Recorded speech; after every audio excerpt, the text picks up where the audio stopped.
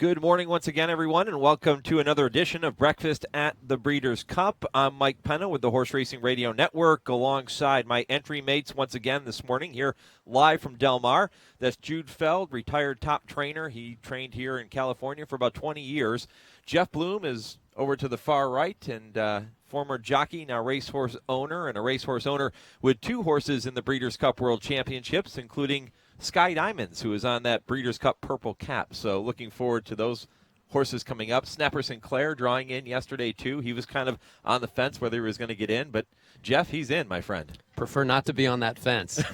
Huge sigh of relief when we made it into the official field. Yeah, yes. What's it like for an owner? You might want to put your headset on there, JT. It might be a little bit. Now we can hear you. Yeah. Good morning, JT. Good Well, morning. I could hear him. Yeah, you could hear me. We were talking earlier. Yeah. Happy to have you with us this morning, dude. Yeah, delighted to be here.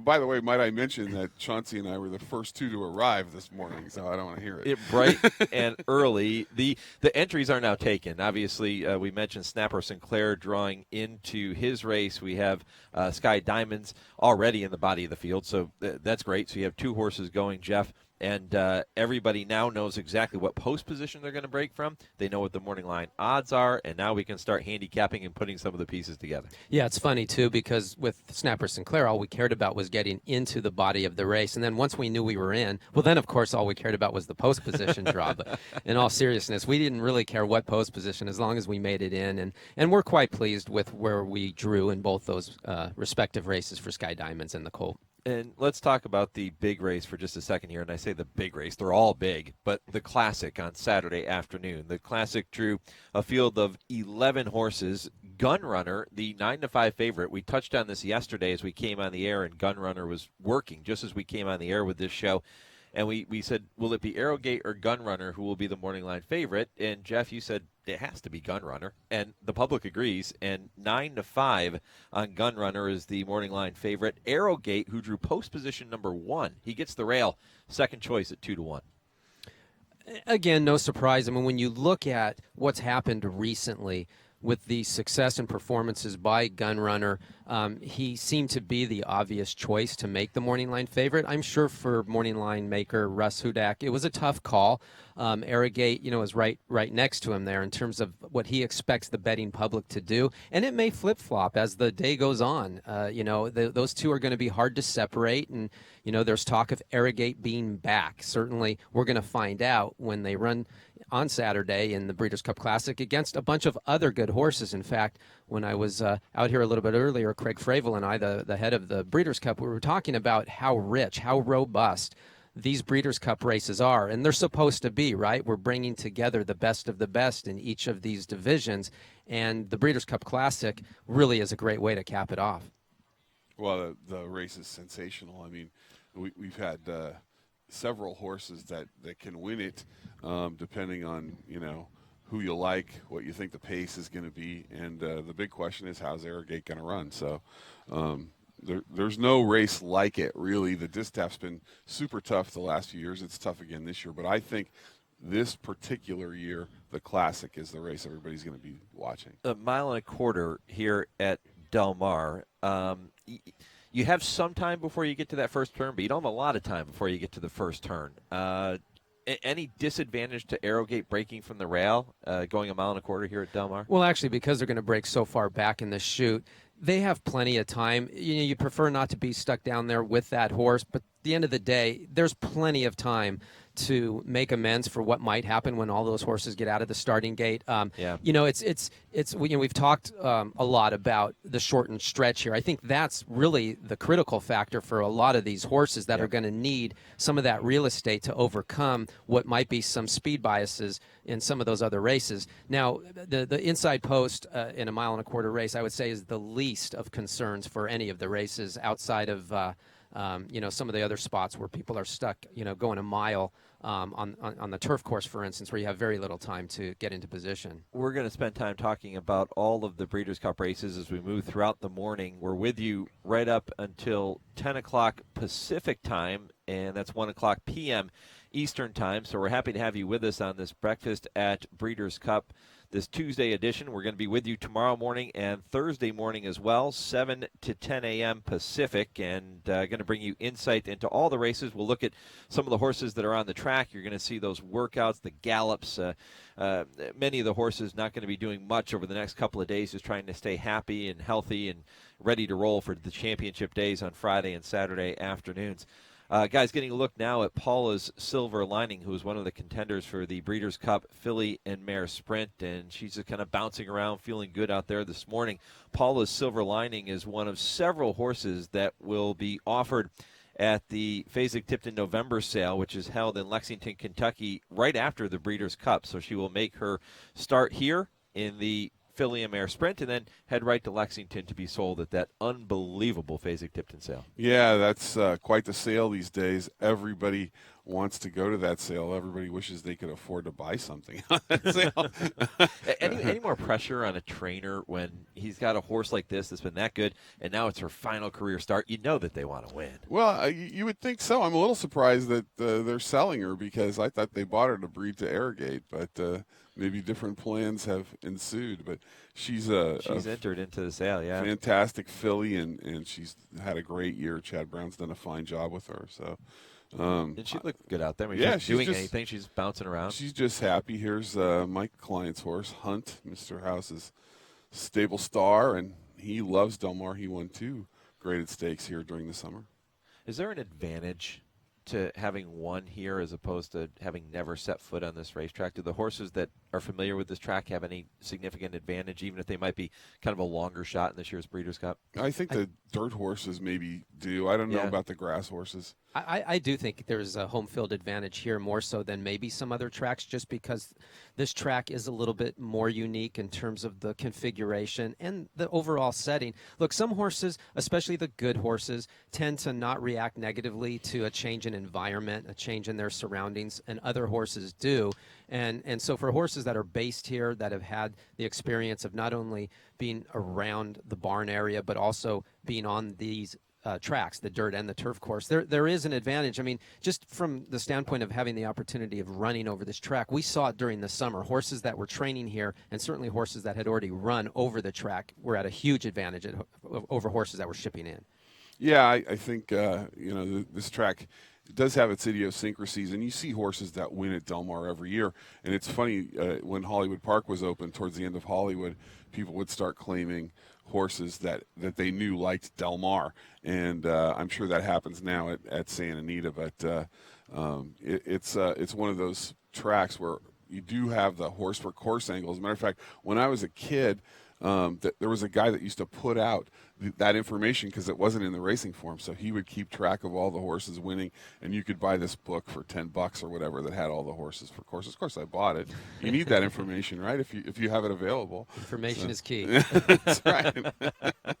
Well, you are getting a live look at Hunt, the Irish bred, who is on the track now, just kind of going along nice and easy and not being asked to do really anything here this morning, at this moment anyway, and a contender for that Longines Breeders' Cup turf. Guys, the Distaff, interesting race on Friday. That will be the final race of the Breeders' Cup races on Friday afternoon. 8 horses were entered, pretty wide open, really. Stellar Wind, the 5-2 morning line favorite, going to break from post 2. 3-year-old Elate, 3-1 from post position number 5 is the second choice in the wagering. Yeah, that's going to be quite the matchup. I mean, Elate's at the top of her game right now. She couldn't be training any better. She looks fantastic. And, of course, Stellar Wind is the queen. She is the number 1 filly here on the West Coast. And, so not surprised that they made her the favorite over Elate.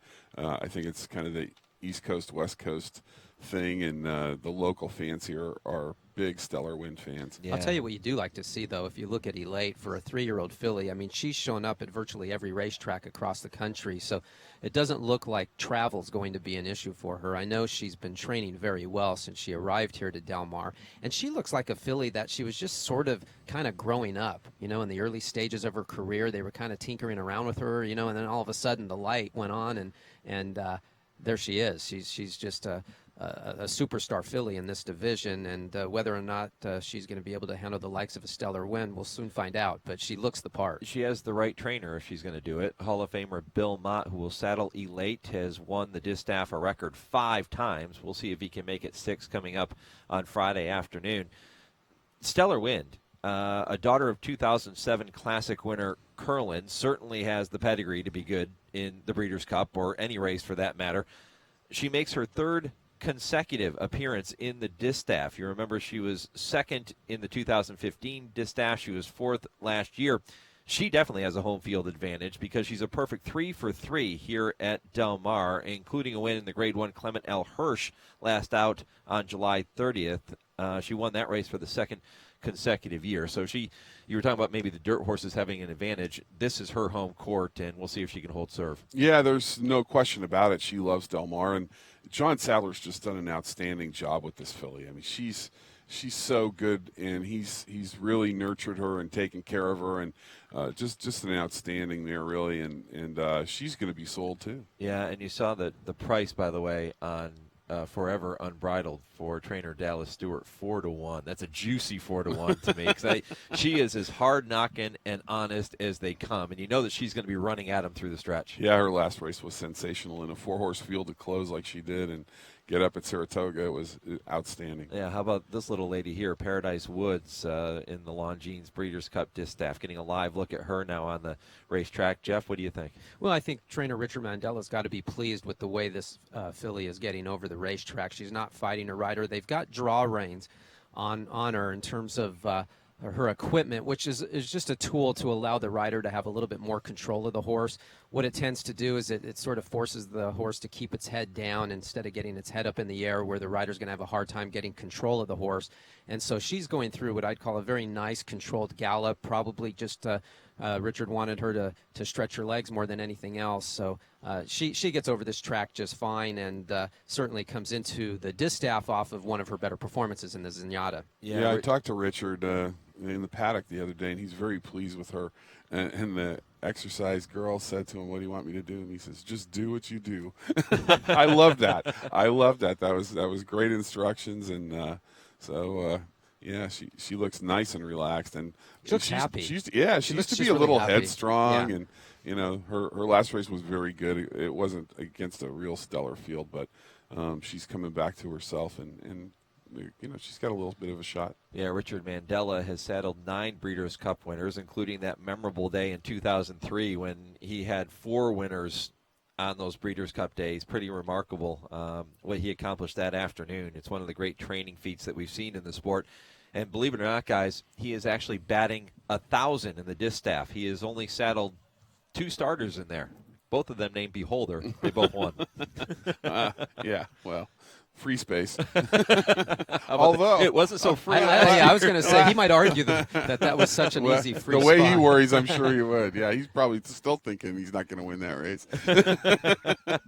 What a race, though, right? Yeah, that was a very much a classic race. A race for champions. Yeah. It's interesting. I'm going to have the opportunity later to visit with Richard and Bill Mott together. We're going to sit down for an interview that'll play on our coverage, our radio coverage of the races coming up on Friday and Saturday. We'll play that before the distaff on Friday, obviously.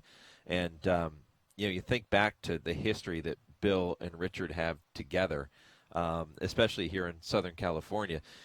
Bill Mott had Royal Delta, who won the distaff twice, came out here in 2013 looking to win it for a 3rd time.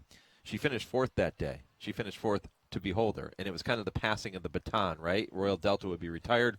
Beholder would take over as the queen of that division. And then you go back even further and you think back to the Pacific Classic when Bill Mott brought Cigar out here and was beaten by a horse named Darren Go, who, of course, was trained by Richard Mandela. So they have some history here, and they've kind of traded punches, but Richard kind of getting the best of Bill out here on the West Coast. Yeah, well, he's got the home court advantage. Yeah, he does. Ask him how he does when he goes back east. Who has the upper hand?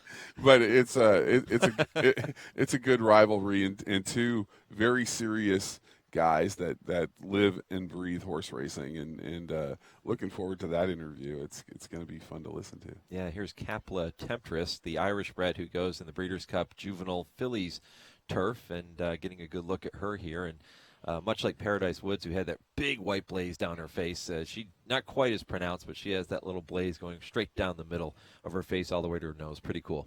Yeah, that was a really good purchase by Barry Irwin. Very, very sharp buy, and brought her over here, wins a stake right off the bat, and now she's in the Breeders' Cup. She's strutting her stuff nicely out there. Very classy filly. You know, what we've seen really the trend for all of these Europeans since they've arrived is they're really taking well to their surroundings. We haven't seen too many issues. They all seem to be healthy and really came in good form and also just really getting over the surface as well here, both the dirt and the turf course. And it's been nice in that there's plenty of action out there if you want it, but at the same time it's not overly crowded. So it's probably a nice sort of lead-in, if you will, for some of these less experienced horses to not have so much commotion out there on the racetrack for their initial couple of days of training. All right, we are off and running in this second edition of Breakfast at Breeders' Cup. Happy to have you with us all over the world. As a matter of fact, I had a chance to flip through the video presentation that was on the Breeders' Cup Facebook page yesterday. It was a replay of this particular show that we did yesterday morning, and so many people commenting on being able to watch the horses on the racetrack, and they were commenting from all over the world, which was really, really great to see. So we're happy to have you with us wherever you are viewing this here today. We're with you until 10 a.m. Pacific, 1 p.m. Eastern. We'll step away for a quick break. We'll leave you with this look at Capilla Temptress. We'll be back in just a couple of minutes. This is Breakfast at the Breeders' Cup.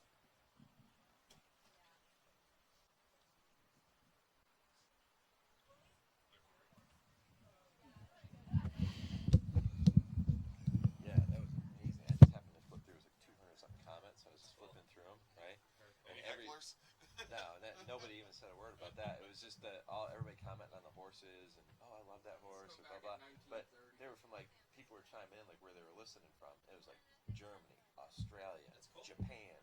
I mean, it was all over the world. It was really cool. Asking me those kinds of questions in terms of listenership.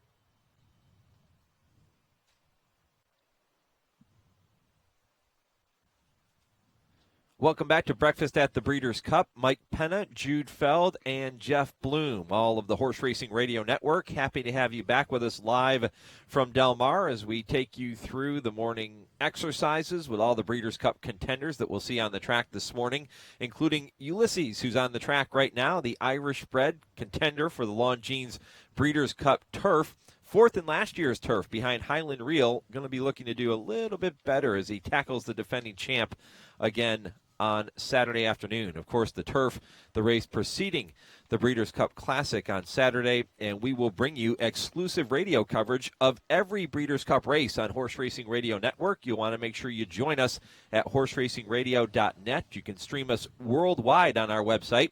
You can also listen to us on SiriusXM satellite radio and on affiliates across the country. So make sure you do that and head over to our website to see a complete Breeders' Cup broadcast schedule, listing of affiliates, and all that information. And, of course, we welcome everybody watching us worldwide right now at breederscup.com. The field for the Breeders' Cup Turf in front of you now, 14 horses were entered. Ulysses 7-2 on the morning line. And, again, looking to turn the tables on the defending champ Highland Reel, who not getting as much respect on the morning line. 5-1, JT. Yeah, that's a little juicy. Yeah, Highland Reel may get some money from old JT there at 5-1. That's a very nice price. Ulysses is rated a little higher than him on the time form ratings. Ulysses has a 27 and a 127, and that's a fantastic number. Highland Reel 124. You also get the benefit of Frankie Dettori on Ulysses. So Frankie has a lot of fans here. He actually rode in Southern California when he was a young rider for a while, and everybody knows Frankie Dettori. I love the fact that Frankie's jumping on this horse, and boy, what a grand-looking horse he is out there on the racetrack, just kind of checking the sights out. And Ulysses is definitely one of those horses that on his day, he's going to jump up and run a huge race, and you are going to get a bit of a price. In fact, this race, the turf, maybe more so than some of the others, I think many horses are going to be around that same sort of price of 5-1, 8-1, just because any one of these horses really has the ability to jump up and get the win. Yeah, my one concern with Ulysses is that he is only 1 for 4 at the mile-and-a-half distance. It may be just a little bit too far for him. Maybe he's better at shorter distances. But, you know, I love the showdown between the trainers, too. You have Aidan O'Brien with Highland Reel, and you have Sir Michael Stout with Ulysses, right? Yeah. Well, Aidan has saddled, a record 6 winners in the turf, and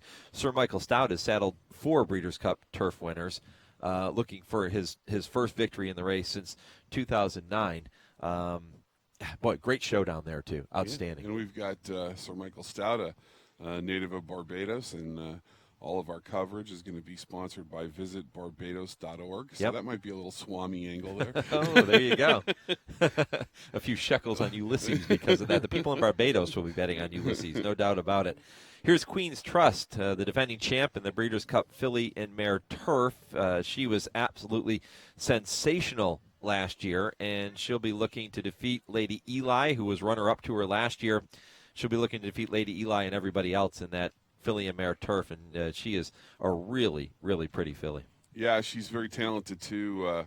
Our man Alistair Donald put us on her last year, and she was a nice winner, but she's been a little bit off form this year, not nearly as sharp as she was last year, but maybe she'll rebound coming to the States. She obviously likes racing in the United States. Yeah, and actually her form is very similar to how it was last year coming into the Breeders' Cup, where she was just sort of off form, kind of, I don't know, knocking on the door a little bit and running sort of subpar performances, and it almost mimics how she looked coming into this race. It's a good point. She was winless in 5 starts coming in to the Breeders' Cup Filly and Mare Turf last year. No, actually, winless in 5 this year. She had lost 6 in a row, actually, coming into last year. So maybe in a little better form because she's only lost 5 this year. Looking for the silver lining. That's an angle. Looks like it's a right angle. As has been the case here the last few mornings for the first renovation on the track, which takes place at about 7:15. They open up the turf course for some horses to come out there and stretch their legs. And right now, Waheda out there sort of cruising around the turn, really going through what I'd call a fairly decent breeze right now, Jude. Waheda, of course, running in the Breeders' Cup Filly and Mare Turf as well. Yeah, she had a little foot problem prior to the Queen Elizabeth II Challenge Cup and had to be scratched, which was unfortunate. I thought she'd win that day, but she's been back in training for a while, and she looked good galloping yesterday, and this is a nice breeze. She looks even better today, I think. Yeah. I really like the fact that she's moving the way she is, and they're letting her do something today. Mm-hmm. So they're definitely getting the work in, and I would assume after this work today, she's just going to be taking it pretty easy. Well, she probably needed a stiff work because she missed a race, and she's got a nice way of going and very powerful hindquarters. And here she comes, turning for home. She's handling the tight turns, as we like to say here. They're not that tight, but actually she cornered the turn very nicely, and she's sort of hugging that imaginary line where they put the dogs up, those orange pylons, and finishing up here down the stretch very nicely. Yeah, she's maintaining her pace, so that's very good. Yeah, she looks really good. Waheda. Is it Waheda? Am I pronouncing it correctly? Waheda, I think. I was hoping one of you guys would say the name before I did, because I wasn't sure either. I let you come out with it I just went with it. Trainer Dale Romans has made his way to the set. We're going to visit with him momentarily here on Breakfast at the Breeders' Cup. Jeff, if you want to slide out, we'll slide Dale into your chair there, and we'll look forward to visiting with the man who will send out a couple of horses in this year's Breeders' Cup Juvenile with Free Drop Billy and Hollywood Star. Promises to be a really, really good renewal of the Breeders' Cup Scoot Juvenile. over, Dale. I don't know if the wide-angle lens is in effect. But you and What's that supposed to mean, Dale? Put you and I on the same table. Not room for anybody else. I thought it was just radio. Come on, we got cameras and everything now. We're going to a whole nother level. I got a face for radio. That's why I always like to come talk to you all. Yeah, we're putting that theory to the Well, test. you got a these nice next dress 5 days. shirt on today. You look good. We're ready to roll here. Happy Breeders' Cup, my friend. Thank you. Yeah, Thank you. It's we're always back. exciting to be here. Your horse looks spectacular on the track this morning. Yeah, he's doing super. I mean, they're both doing super. But Free Drop, he turns everybody's head with that big white face and those white legs, and he's hard to hide.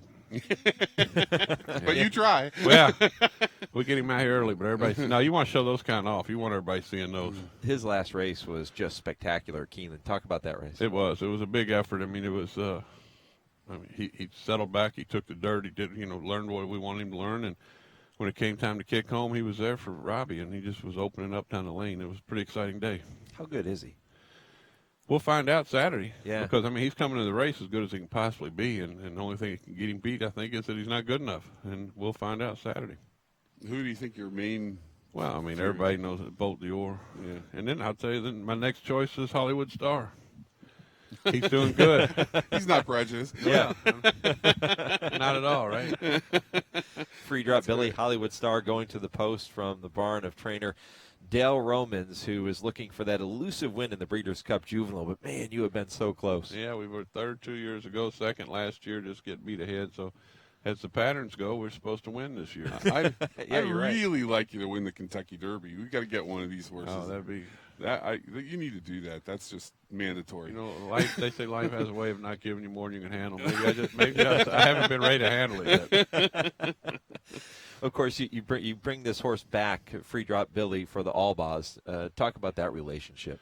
Well, it's been good. They go all the way back to the Patio Prado days. They were a partner in Patio Prado with Donegal, and then spun off on their own, and it's been really good. And we've already been to 2 Kentucky Derbies for them, and this will be the 3rd Breeders' Cup Juvenile in a row. And we got a good program together. A lot of good people that work with them and pick out the yearlings. They only bought 5 last year, and they came up with 3 stake horses, so it was pretty good. What's that like, knowing that you're going to get some nice 2-year-olds every year? It makes life pretty good through the winter when you get to keep calling back and asking how they're doing and checking up on them, and it makes for a good winter. It's always exciting when you have young horses coming along. You have a pipeline like that. Do they spend the winter in Florida? The horses spend the winter in Ocala, and Allball spends the winter in Florida. We all spend the winters in Florida, and then they come up to us about a week out from Derby. You talked about Hollywood Star and how well that he was coming into this race. That last effort behind the tabulator, pretty good. I know he didn't get there, but that was a pretty good effort. Yeah, but he had a rough trip. He jumped at the gate and spotted him a couple of lengths, and then he was getting pelted with some dirt. He came running. Another couple of jumps, he gets there. Tabulator's a good horse. He's the one that shouldn't be overlooked either. Yeah, he looked good on the track yesterday too. I heard he was hot out here the first day or two training, but you can expect that with a young horse shipping across country and coming out here to train. I haven't seen him since, but I've heard he's gotten a lot better. Yeah, you came in pretty early with these horses too, didn't you? We went into Santa Anita as soon as we could get a flight after the futurity. Basically, it was getting cold in Kentucky and getting hot out here. And it's hard to take a horse from cold to hot. They just don't adjust as quickly. So I wanted to get out of there before the cold came in. I wanted to get out here for them to get used to the heat. It's more about the environment than it is the racetrack.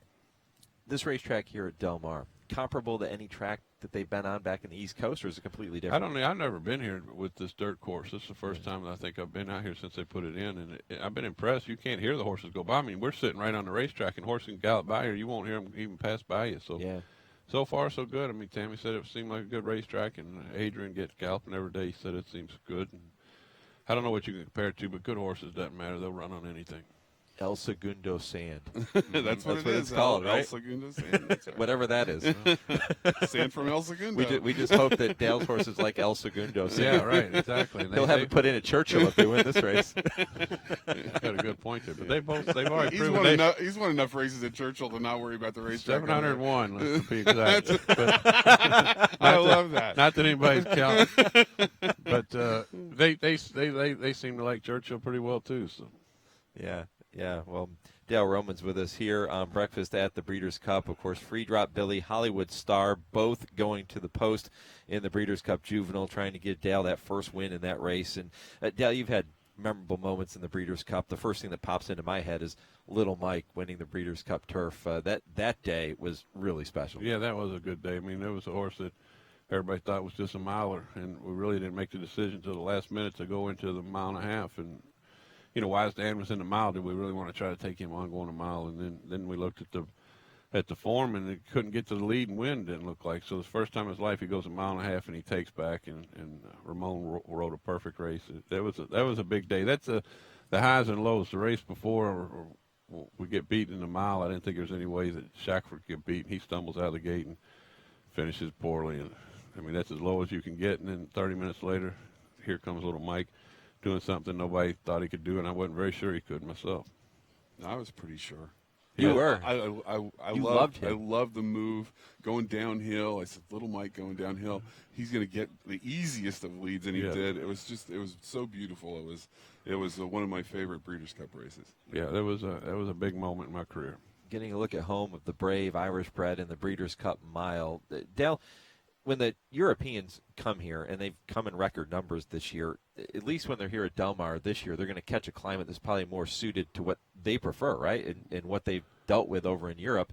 That has to be an advantage for the Europeans a little bit, doesn't it? Well, I don't know if it's an advantage, but it's not a disadvantage of coming over here where it's hot. So maybe it's just an equalizer. But they bring a lot of horses, and they seem to run good no matter what the temperature is. Yeah.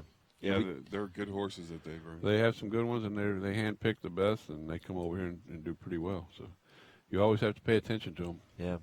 The Breeders' Cup Classic, I'm going to ask you about that. Arrowgate, Gunrunner, East versus West. It figures to be one heck of a horse race. Pretty exciting, isn't it?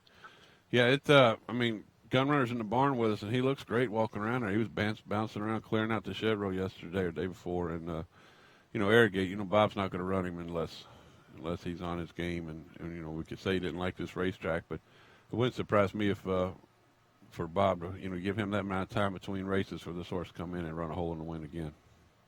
Yeah. Agreed. Yeah, it would be great. Dale Romans, ladies and gentlemen. Appreciate Thanks, it, buddy. fellas. Thanks for swinging by. Uh-huh. All right. Talk Good to you luck. later. Have fun Go this get week. it done. Yep. All right. We'll see Dale hopefully in the winner's circle after that Breeders' Cup Juvenile, right? That Wouldn't would be great? fantastic. Yeah, it'd be great to see. All right, we're going to step away for another quick break. We will come back with more. We are live from Del Mar, and you are watching Breakfast at the Breeders' Cup.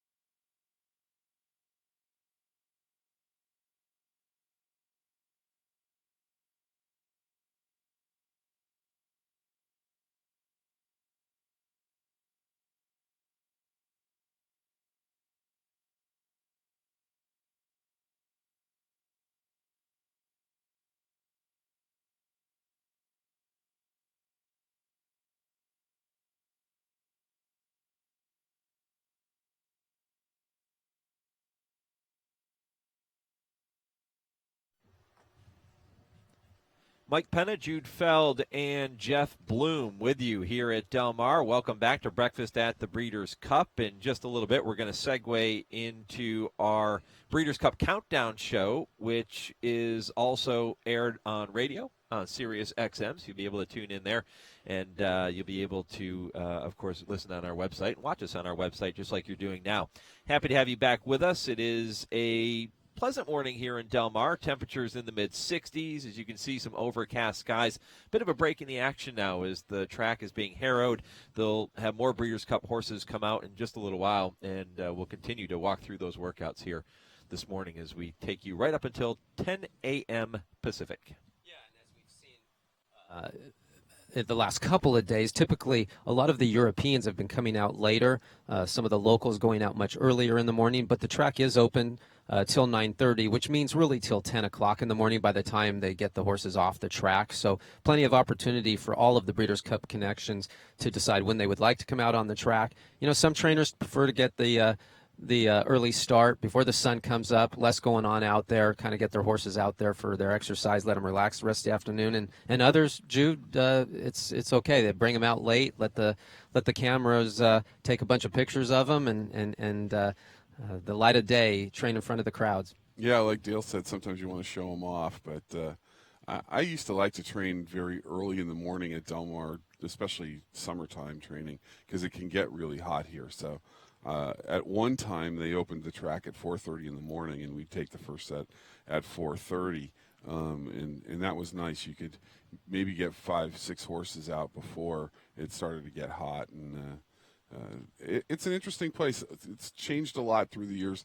At one time, we actually had 3 breaks, so you know people want to get their horses out when it's cool, and then sometimes turf works, of course, are always after training. During the regular meet, we've been able to see some horses work on the grass during the break, which is a good idea, I think. But a lot of turf works take place around 10 o'clock when the track closes, and you might have as many as 10, 15 horses training on the grass during the regular meet at Del Mar.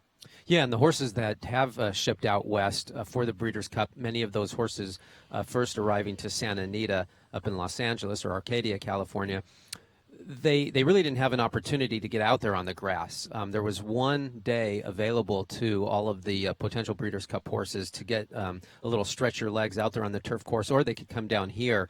So many horses have opted to go ahead and get a feel for the turf course. Some of the horses running in the turf races haven't, but they certainly have had the opportunity if they wanted it. Yeah, and I think we should spend just a minute here talking about the Breeders' Cup Juvenile, since we just had Dale on talking about his 2 contenders.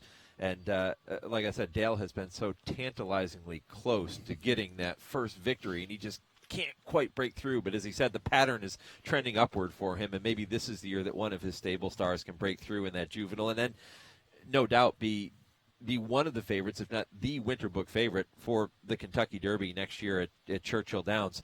Remember, 2 horses have won the Breeders' Cup Juvenile and the Kentucky Derby. You had Street Sense, who pulled off the feet in 2007, and Nyquist came back and did it in 2016. So that's what's ahead for the Breeders' Cup Juvenile winner. 2 undefeated horses are going to go to the post in this year's running. You have Bolt Doro, who no doubt will go to the post as the favorite in that race. He's 9-5 on the morning line. And you have the Tabulator, who looked really good winning at Churchill Downs. Now, he's undefeated. He's getting no respect. He's 20-1 on the morning line as the Tabulator. Yeah, there's some talented young horses in here, and you know, the conventional wisdom is that, well, Boltioro is so impressive in his early career that he's going to be very tough to beat. But I think there are some up-and-coming young horses that are going to make the race interesting. And one of those horses in particular, to me, is Dale Roman's Free Drop Billy. This is a colt that I think is something special, and I think we haven't even gotten close to seeing the best of him yet, making the race, to me, quite interesting. Look, the Tabulator hasn't lost yet, and so you might argue that running in the races he did, how good were some of those horses? Although I know the connections of Hollywood Star, of course, trainer Dale Roman's Hollywood Star, they think that's another colt that's a pretty good horse. So it's an interesting race. I don't think it's just a gimme for Boltioro. Oh no, I think there's a European horse in there, U.S. Navy Flag, who's a very talented horse. Now he's trying the dirt for the first time, so that's a little bit interesting. He's up on the morning line at 8-1, but he's got a tremendous record and he's a horse that could actually have an impact on this race as well. Solimini, very nice horse, a lot of talent, and lightly raced, only run a couple times. He's headed in the right direction. So you've got a really competitive field. Friends Fire looked great winning the other day and has trained well since. So it's a very tough race this year. Yeah, of course, Bolt Doro named after Olympic and world champion Usain Bolt, and they knew this horse was special right from the start. Mick Ruiz, the trainer, telling us that when he was being broke, you could tell the horse had class, he had speed, he had everything you wanted to see in a young horse, and he was doing it the right way. And it has played out that way. He's undefeated in 3 lifetime starts. He's a perfect 2 for 2 here at Del Mar. And looking ahead, even past the juvenile, and you never want to get the cart before the horse, so to speak, but looking ahead to what might be for Bolt Doro in 2018, those Breeders' Cup or Kentucky Derby prep races. Here's a horse with a great pedigree. He's a son of Medaglia Doro, who was runner-up in the Classic in both 2002 and 2003. So he has a great pedigree, and you have to think that the longer distances are going to suit him just fine. Oh, there's no question. And if you look back to Bolt Doro's debut race here at Del Mar, nothing went his way in terms of getting a rough start, and he was sprinting against some pretty quick horses. And the way this horse recovered and gathered himself and just swallowed the rest of the field, you thought, okay, this is the horse everybody thought he was going to be. He went off as a prohibitive favorite in that first start. He had been training lights out. He looks like a beast, and he ran that way. You extend the distances of this horse, and he just seems to get better. So he's a talented horse. There's no question about it. But at this stage in these horses' careers, Jude, I mean, these are 2-year-olds. Some of them are a little more seasoned than others. And we see these flashes of brilliance. Either they sustain that brilliance, or as the other horses start getting a little bit older, a little bit more conditioned, they start overcoming some of those horses that sort of had that pop early. And so it's kind of interesting this time of year to see these horses come together. Yeah, because you and I both know that they can improve overnight. I mean, one day they're just a nice little horse, and then you come to the barn and all of a sudden they're a beast. The light bulb goes on. They start really being serious about training, and they're just kids at this stage. So everybody develops at a different level, and it's the same with horses. Sometimes they just get good all of a sudden, and so that's why speed figures are a nice indication sometimes in older horse races, but in younger horses, they can run 76 and then all of a sudden they run 95. Sure. So there's a lot of space for them to improve, and of course pedigree has to do with that, distance, and then their innate ability. We do have 2 maidens in the juvenile, too, looking for their first win in this Grade 1 race. Wouldn't that be something? You have Louisiana-bred Give Me a Minute from the barn of Dallas Stewart, and you have Good Magic coming from the barn of Chad Brown. Good Magic, 8-1 on the morning line. So the morning line odds makers saying, okay, we think this is a horse that can be competitive in this race. Give Me a Minute, a bit of a longer shot. He'll be, I believe, the 7th Louisiana-bred to compete in the Breeders' Cup World Championships. If he can pull it off, he'd be the first to win it. But Dallas is going to stop by and join us right around 9 o'clock Pacific time this morning, and we'll get a chance to talk to him and ask him about Give Me a Minute. Well, Dallas, he's no chalk-eating weasel. He doesn't mind running a long shot here and there, and he does quite well with them. And so you have to respect the fact that he thinks the horse is good enough. And Chad Brown, everybody bets on Chad Brown. You got to open him single digits because he's got a legion of followers. And you would think that Dallas Stewart has had more starters in the juvenile. This is only his 2nd starter in the Breeders' Cup Juvenile, but it seems like every year he's on the Derby trail with a good horse, but for whatever reason, he hasn't had many in the Breeders' Cup Juvenile. His only other starter was Dollar Bill, who was 10th in the 2000 running of that race. Yeah, this is a colt that obviously he's thought highly of from the get-go. Horse didn't get any action in his first start when he ran a big, debut race, finishing 2nd at Saratoga. Comes right back in the hopeful off that runner-up performance. So this is a colt he kind of threw to the wolves, so to speak. Really just putting him in against the standout 2-year-olds, but. He's up against it, a tough spot to break your maiden, but at the same time, he was only a neck away from winning the Grade 1 hopeful. Yeah, and Chad Brown kind of in the same camp, but you would think Chad Brown has had multiple starters in the Breeders' Cup Juvenile, but that's not the case either. Good Magic will be only his 2nd starter in the race. He saddled Practical Joke last year, who was 3rd, and is one of the main players in this year's Breeders' Cup Dirt Mile. So, yeah, Chad does a great job with 2-year-olds, but the Breeders' Cup comes at kind of an odd time of year for 2-year-olds, because if you have Derby aspirations, sometimes you're holding the horse, for next year, and then other times you're trying to find out if he's good enough, if you want to put him on the Derby trail, or can he go a distance, or that type of thing. So it's a very intriguing time of year, and I think that's one of the deals with Dallas's horses. Dallas, is a man that loves Louisiana, loves New Orleans, born and raised there, and he schedules his whole year around the fairgrounds meet. Not that he doesn't run other places, but fairgrounds is important to him. So a lot of times this is just before fairgrounds starts, so some of his babies don't really find their best stride until they get to New Orleans. Yeah, getting a look here at Bolt Doro, the favorite for the Breeders' Cup Juvenile that we were just talking about. He has made his way out and standing there and looking like an old veteran here, guys. He's unflappable, just kind of looking around, checking it all out, and just what you like to see from a young horse like this. Yeah, he's a horse that's always had kind of an old soul to me. He just has always acted like an older horse, never seems to get silly. And we've been very fortunate that none of the 2-year-olds seem to really be acting up. I mean, sometimes they come out here on their hind legs, looking like they're going to mow down the field, but everybody's just been so behaved, and it's been a pleasure to watch. One other thing, since we are looking at Bolt Doro, one other thing about him is that he's very professional in his races. Oftentimes with these young 2-year-olds, especially ones that are so good and so precocious, they tend to be the type of horses that just blast out of the gate and sit up close or maybe even beyond the lead. He hasn't done that. He's been able to be versatile, trackable, and sit off the pace, come from a little further back if he needs to, and that has to be a feather in his cap going into a race like this. Well, it does, and for a horse that's only had 3 races, he's pretty well seasoned, because you take his first race where he had a delayed start, he had to overcome, running against some very quick horses, and he got up in time to get the win, and actually he drew off pretty easily. He comes back in his next start in the Futurity, and he really had to grind it out to wear down a horse of Bob Baffert's, Zatter, a very talented colt, very fast horse, and he did everything he needed to do to wear that horse down. It looked like he looked him in the eye and said, I'm going to win this race. He loves what he's doing. He's, as Jude said, he's almost an old soul. He's the consummate professional. He's well put together. He's a beautiful looking horse, and he just seems to be getting bigger and stronger. And he follows all of that up with just an absolutely dominating performance when they stretched him out to 2 turns. So every checkbox for this horse. Yeah, we touched on it yesterday as we were wrapping up the program, but we were kind of throwing it out there and saying, okay, who's going to be the shortest priced favorite in this year's Breeders' Cup? And Bolt Doro is certainly one that could be. Dre Fong in the sprint is another one that, in my opinion, probably should be, because on paper he looks head and shoulders above everybody in the Breeders' Cup sprint. But Bolt Doro could certainly take home that role. Yeah, absolutely. And I think one of the things that's helped this horse is having Corey Nakatani for a jockey.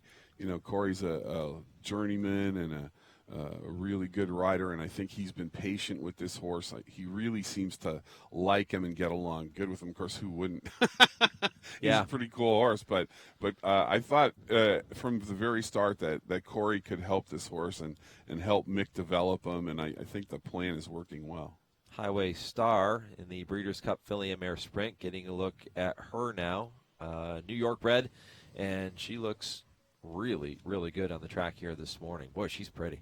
Yeah, she's a nice-looking filly, and certainly striding right out, swishing her tail a little bit, feeling her wild oats. Is that Joe Steiner on her? It might be. I don't know. Does look like him, doesn't it? Yeah. Joe Steiner won his first race here at Del Mar for me back in the day. It's a couple of years ago. Yeah, just a couple. I can't even tell you how far back it was. When was the last time you saddled a horse here at Del Mar? Oh. How far back are we going there? That would be back in Ott. It was back in Ott. Back in Ott, it was 2000. I saddled my last horse at Del Mar in 2000. Yeah, I don't know when I saddled my last horse for sure, but at Del Mar was the 2000 year. At the Seaside Oval. You were leading trainer here for a short stint. Yeah, for a half hour. won the first race. They can't on take that opening away day. from you. No, That's right. You were at the They've tried, but they can't. you were at the top of the standings. yeah. That was funny. And you were actually tied for the leading trainer role for another half hour. Yeah, that's right. That's right. After I the think second race, I actually you had lasted about an hour. I lasted about 5 races before somebody doubled up. Probably Frankel or If only we had social media back then. oh boy, what a disaster. Yeah, great stuff. Great stuff. All right. Again, you are watching Breakfast at the Breeders' Cup. We are going to be with you until 10 a.m. Pacific today, tomorrow, and Thursday. And then on Friday, we'll segue into all of our Breeders' Cup race coverage. You'll hear those races on radio exclusively with us on the Horse Racing Radio Network. And you can visit our website, horseracingradio.net, to check out a complete listing of affiliates, SiriusXM information, and to listen worldwide. Listeners in 170 countries have made the Horse Racing Radio Network their home for racing coverage, and we can't thank you enough, and can't thank you enough for being with us here this morning on horseracingradio.net and breederscup.com for this Breakfast at the Breeders' Cup show. Roy H. now getting into his little bit of a work here this morning. He's a contender for the Twin Spires Breeders' Cup Sprint. Jeff, what's this look like to you? Well, it looks like Peter Miller decided to let this horse get in what I would call an easy breeze. The rider's got a very strong hold of him. They're kind of letting him sort of do a little bit more than an open gallop as he makes his way into the stretch. Roy H. coming into the race off a really strong performance in the Santa Anita Sprint. And it's not like actually a full-out workout, but it's kind of an accelerated 2-minute gallop, if you will. And the rider has an incredibly strong hold. I mean, he's literally trying to pull this horse up as they approach the finish line, really moving out well, though, over the track. Yeah, he just took another hold of him. Nice looking breeze, though. I think that's a nifty little blowout. Yeah. I'd be happy with that if I was Peter. And really tough horse. He's a horse that's got talent. He likes this racetrack, and he's definitely got a shot in a big race. Yeah, good horse, and he's fast, and like you said, he likes this racetrack, which is certainly a plus. And we touched on at the beginning of the program, for those just joining us, that horses that have that home court advantage, so to speak, horses that have run well here at Del Mar, maybe the dirt horses more so than the turf horses, do have a little bit of an edge with the horses coming from out of town. And Roy H., very impressive at Santa Anita last time out in the Santa Anita Sprint Championship, and he ran very well in defeat in the Bing Crosby 2 starts back this past summer here. He was second that day, and we'll see if he can get to the winner's circle under Kent DeSormo coming up. He's 7-2 on the morning line. Yeah, and one of 2 trainees for Pete Miller in the sprint. So he's got a couple of horses that may not necessarily be the obvious choices, but at the same time wouldn't totally shock you if they jumped up and got it done. I like the horse to his inside, too, for Kieran Takaffel, who has really been good sprinting. He's nearly undefeated when sprinting and going around one turn. He's a horse that can put in a powerful effort, too. Yeah, with Drefong in the race, it's really who can round out the exacta to me, or the trifecta, because it's Drefong's race. But after that, it's figure out what your exotics are. Yeah, Drefong so spectacular in winning last year. He comes out of that big win at Saratoga in the Grade 1 Forgo. That was back on August 26th. Hasn't been out since, but he's training lights out, and you have to think that Drefong, maybe one of the shortest prices that we're going to see in this year's Breeders' Cup. But he's 5-2 on the morning line. We're going to get to a quick break. We'll come back with more. You're watching Breakfast at the Breeders' Cup.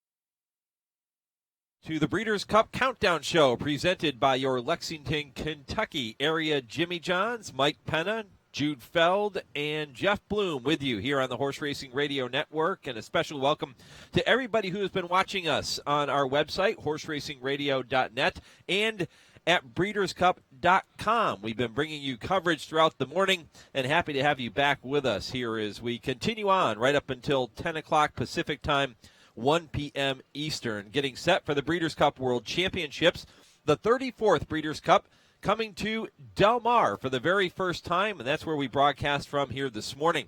3 days, 3 hours, and 22 minutes until the start of the Breeders' Cup. The post positions have been drawn. Those took place, the post position draw took place yesterday.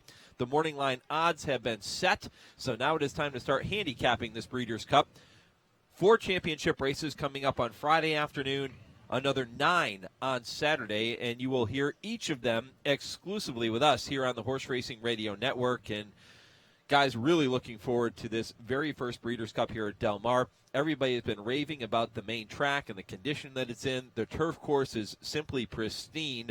We are under some gray clouds now, a bit of a mist, kind of a light rain falling, which is unheard of here in the San Diego area, right, Jeff Bloom? Well, we're thinking about canceling all the schools and shuttering the windows and telling people to stay inside. But, this isn't completely so strange in that during the morning time when you're so close to the coast where you would have this marine layer, although it's a little bit wetter than any of us would probably like to see. Probably helping the main track, though, because it tends to really tighten that track up with the sand that they've got out there. A little bit of moisture really makes that track nice and tight. Even though it has a nice bouncy kind of foundation to it, it makes it probably a little bit of a better racetrack to train over. Yeah, well, the horses seem to be handling it quite well. We just saw Beach Patrol on the track, and he started out a little slow, and as he warmed up, he got tougher and tougher and tougher. By the time he finished up, the rider was having a hard time holding him, and he actually looked pretty good this morning. You know, earlier in the week, there was some rain in the forecast for Saturday, and now I believe there's only maybe a 20% chance of rain. Friday's supposed to be pretty good. But, Jeff, if it rains here on Breeders' Cup Saturday in any form or fashion, I may never be allowed back to Del Mar again. Well, I don't think you've ever come to San Diego and not brought the rain. Yeah, the last time I came was for opening weekend 2 years ago, and it rained, and it poured, and it rained for 2 days straight. First cancellation on the turf at Del Mar in, I think, 34 years, maybe even longer than that for the Mike Penna arrival. Race. I had a horse in that turf race, and you got me taken off of it. That's right, we did. Everything was off the turf. It was absolutely miserable. So, yeah, if it does rain here on Saturday, there's a good chance I may be barred. You may be lifetime dead. ban from The rain's going to stay away. It'll brighten up. Here's Ribchester. Now you're getting a live look at him for all of you watching us on video, and you can do that, by the way, streaming live on our website, horseracingradio.net. Ribchester, Irish bred, going in the Breeders' Cup Mile, and this figures to be Ribchester's final career start. He's a fantastic horse. He's a very game, hard-trying horse. He actually likes firm ground, which is why he's here, and of course it might rain, but he's really talented, and he should run a big race. This horse, to me, will run over any surface. He may prefer firm ground, but you put him on soft, yielding turf course, all he does is show up. I think he's been out of the money once in his entire career. You look at him and you don't think, wow, this is just a wow kind of type-looking horse, but all he does is run, and he runs big.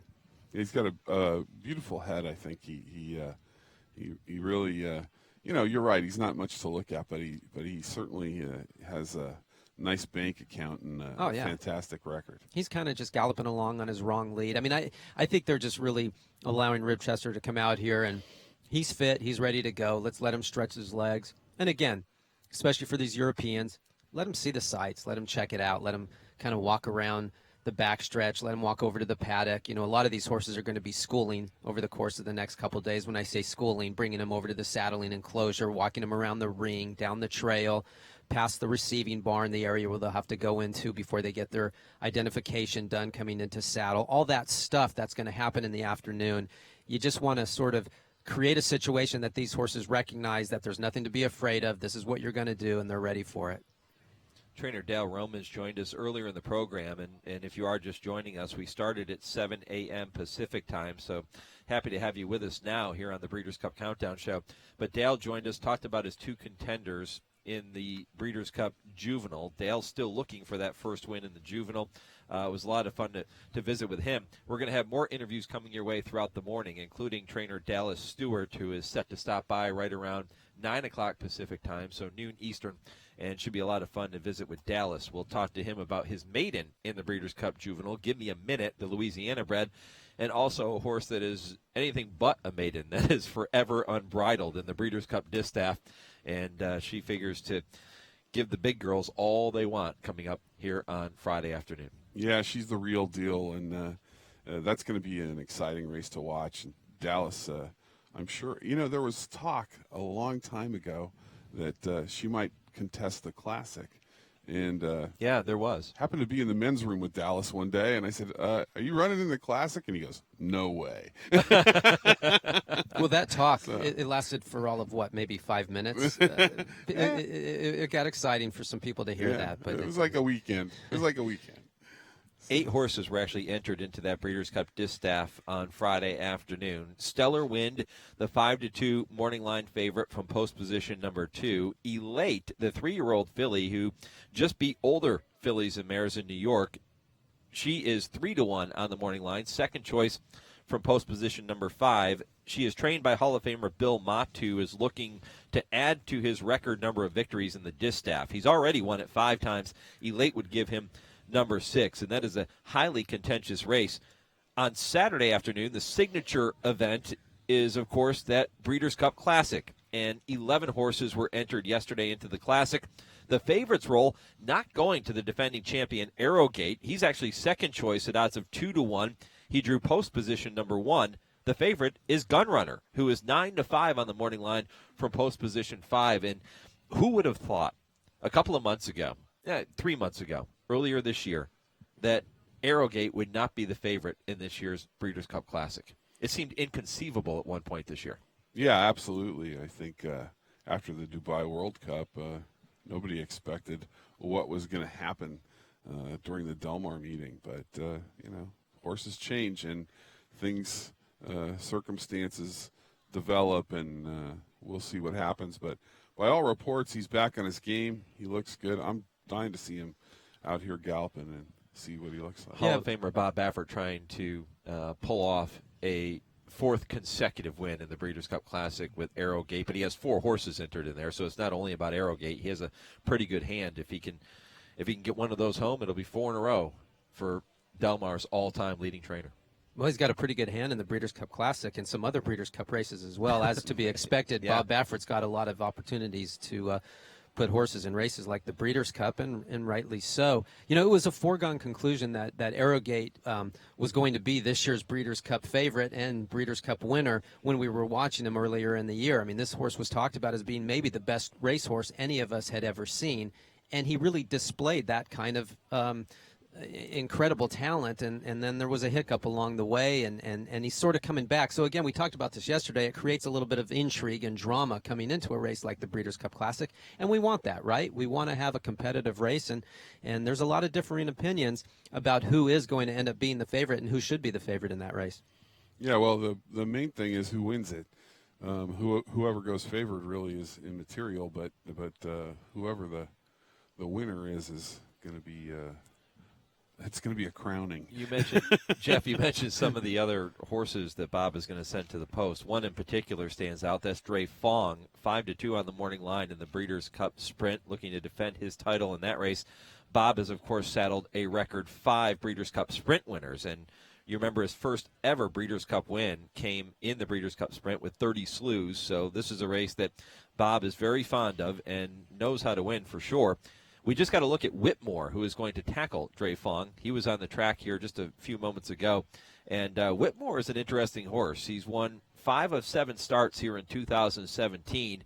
He exits a win in the Grade 2 Phoenix at Keeneland, which he won by a nose. And his trainer, Ron Moquette, will be saddling his 3rd Breeders' Cup starter with Whitmore. Remember, Ron finished 3rd in 2013 in the sprint with Gentleman's Bet. So Whitmore, to me, has the look of a horse that could be dangerous in the late stages. To me, it's really two different races. Dre Fong is the winner. Out of all the Breeders' Cup races, I think he is the absolute single. I think he is the absolute best opportunity to have a horse that you can say is going to win a race. I just think he's so much better than the other horses in that race. And not only that, Bob is exceptional at understanding each of his individual horses and the spacing in between races. And I think he couldn't have Dre Fong better conditioned to perform in the sprint again this year. The other horses, you mentioned Whitmore, very nice horse. In fact, he seems to be getting better, but there's a number of horses that sort of fall into that, well, is this the horse that's going to sort of have an opportunity to round out the exotics in this race? Because I don't think any of them are good enough to beat Dre Fong. And Dre Fong 5-2 on the morning line. If I get 5-2 on Dre Fong on Saturday afternoon, I may not bet another race. I may bet all of my money on Dre Fong to win because he looks on paper to be the best horse in that race, right? And not just on paper. He won't be 5-2. Can't be. He won't. He can't be. He won't be 5-2. He won't be 5-2. And I don't think Whitmore's going to be 15-1. I think he's going to be less than that. I agree with you. And I don't think our Imperial horse, Imperial Gesture, is that Hint. Imperial Hint.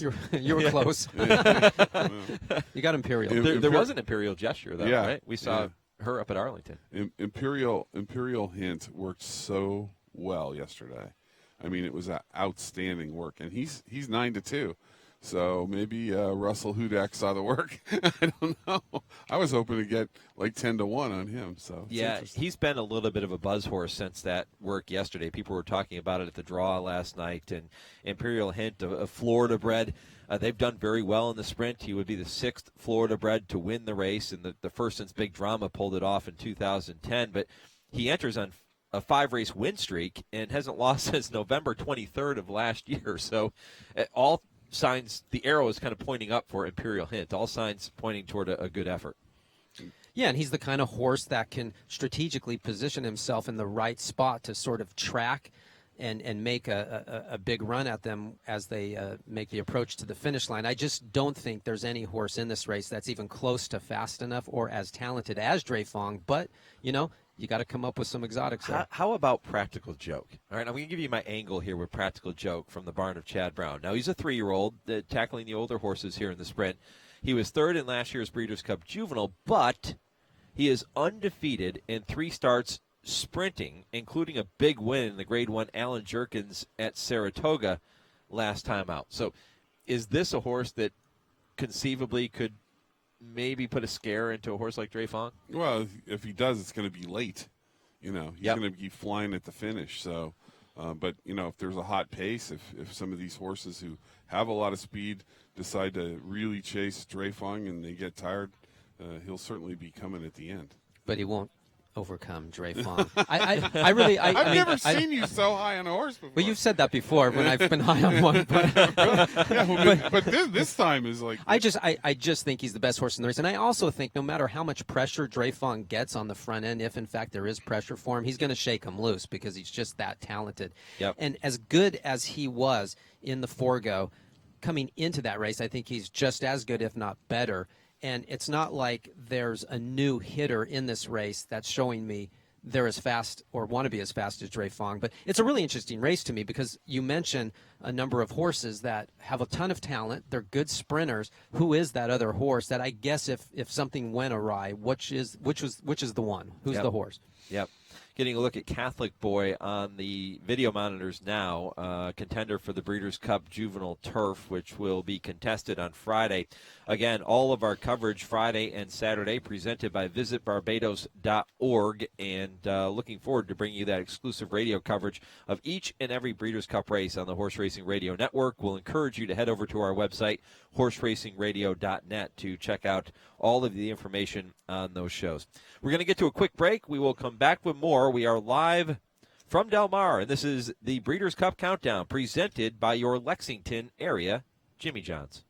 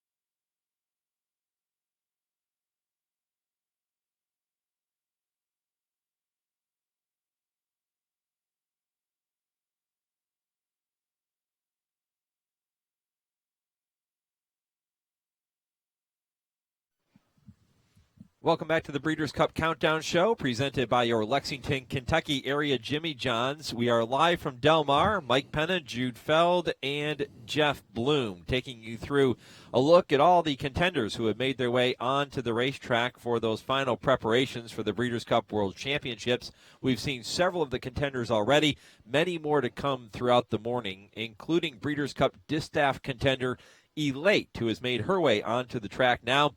We'll see her as the second choice on the morning line at 3-1 for Hall of Famer Bill Mott in search of a record 6th victory in the Breeders' Cup Distaff. And Elate is kind of a buzz horse. She has been a buzz horse over the past couple of weeks since beating the older fillies and mares in her most recent outing. And Jude, she is a filly that looks really, really good. Yeah, very sharp. She stood on the track nicely, and now she's doing a little jiggy jog. She looks fantastic. Perfect coat, and just seems happy. You know who really looked happy this morning, too, was Sadler's Joy. He was on the track earlier, and he looked as happy as a horse could possibly be. I've never seen him look better. Yeah, Elate, really pretty here. Getting a look at her for those of you watching on video. And, yeah, she just going along here nice and easy and enjoying her morning. And, you know, Jeff, this is what you want to see. We mentioned all the major preparations are finished. You're trying to keep your horse healthy and happy and just ease on in here to the Breeders' Cup and have them firing on all cylinders by the time they get to Friday and Saturday. Yeah, and she's just Elate is just a big, powerful, imposing figure out there on the racetrack. She just looks like she couldn't be coming into this race any better. An improving filly. And she's actually, I mean, I was talking about it before. It's almost like she's a colt out there matching up against the fillies and really handling herself well over the Del Mar surface. Okay, so take us through this now, Jeff. Now she's getting a little more spirited out there here and just kind of picking it up just a little bit. Yeah, I mean, this is, you know, what I would call a typical controlled, strong gallop. You know, they're letting her move out, but not overly fast. The rider kind of sitting chilly. Hands all the way at the back of the horse's neck. They've got the rings on the horse to sort of help keep the horse's head down a little bit, give the rider a little bit more control. But other than that, this filly is just moving really cleanly. Rider really not having a hard time. You're not seeing a lot of motion on the rider. The rider's not having to move his hands at all. Slight, I wouldn't call really a bowed neck, but the horse is focused and just really going through exactly what I'd call a very controlled, strong gallop here. Yeah, she's just in a nice little canter, really. Nice just rhythm. Just a nice pace. And you're right about the rider. Hasn't moved his hands the whole time. You know, sometimes, too, when you're on a horse, you're galloping, and they take a strong hold, it's a fine line between reaching up, and we call it a cross. What you do is you sort of create a situation where you've crossed the reins over and you set your hands down on the back of the horse's neck, and you basically either have 2 or 3 fingers that are wrapped around the reins. It's not a full grip, but it's a partial grip. And some horses, if you go ahead and try to take another hold and get more leverage against the horse, it makes it worse because you've now just released them. So this rider here on Elate has just really sat chilly from start to finish. He set his hands down at the back of her neck, and really it's just been a nice, relaxed, controlled gallop across the track. Yeah, she does look like a beast. Elate really making a good appearance on the racetrack here at Del Mar. Earlier, we saw Wonder Godot make her way onto the track. She will go postward in the juvenile fillies. She is an Ontario bred, and you think about the Canadians and what they've done in the history of the Breeders' Cup. You've had 6 Canadian breds who have won Breeders' Cup races, but none has ever won the juvenile fillies. So that is what Wonder Godot will be hoping to accomplish. She's won 2 of her 3 career starts, and she exits that really easy win in the Grade 3 Mazarine Stakes at Woodbine on October 7th.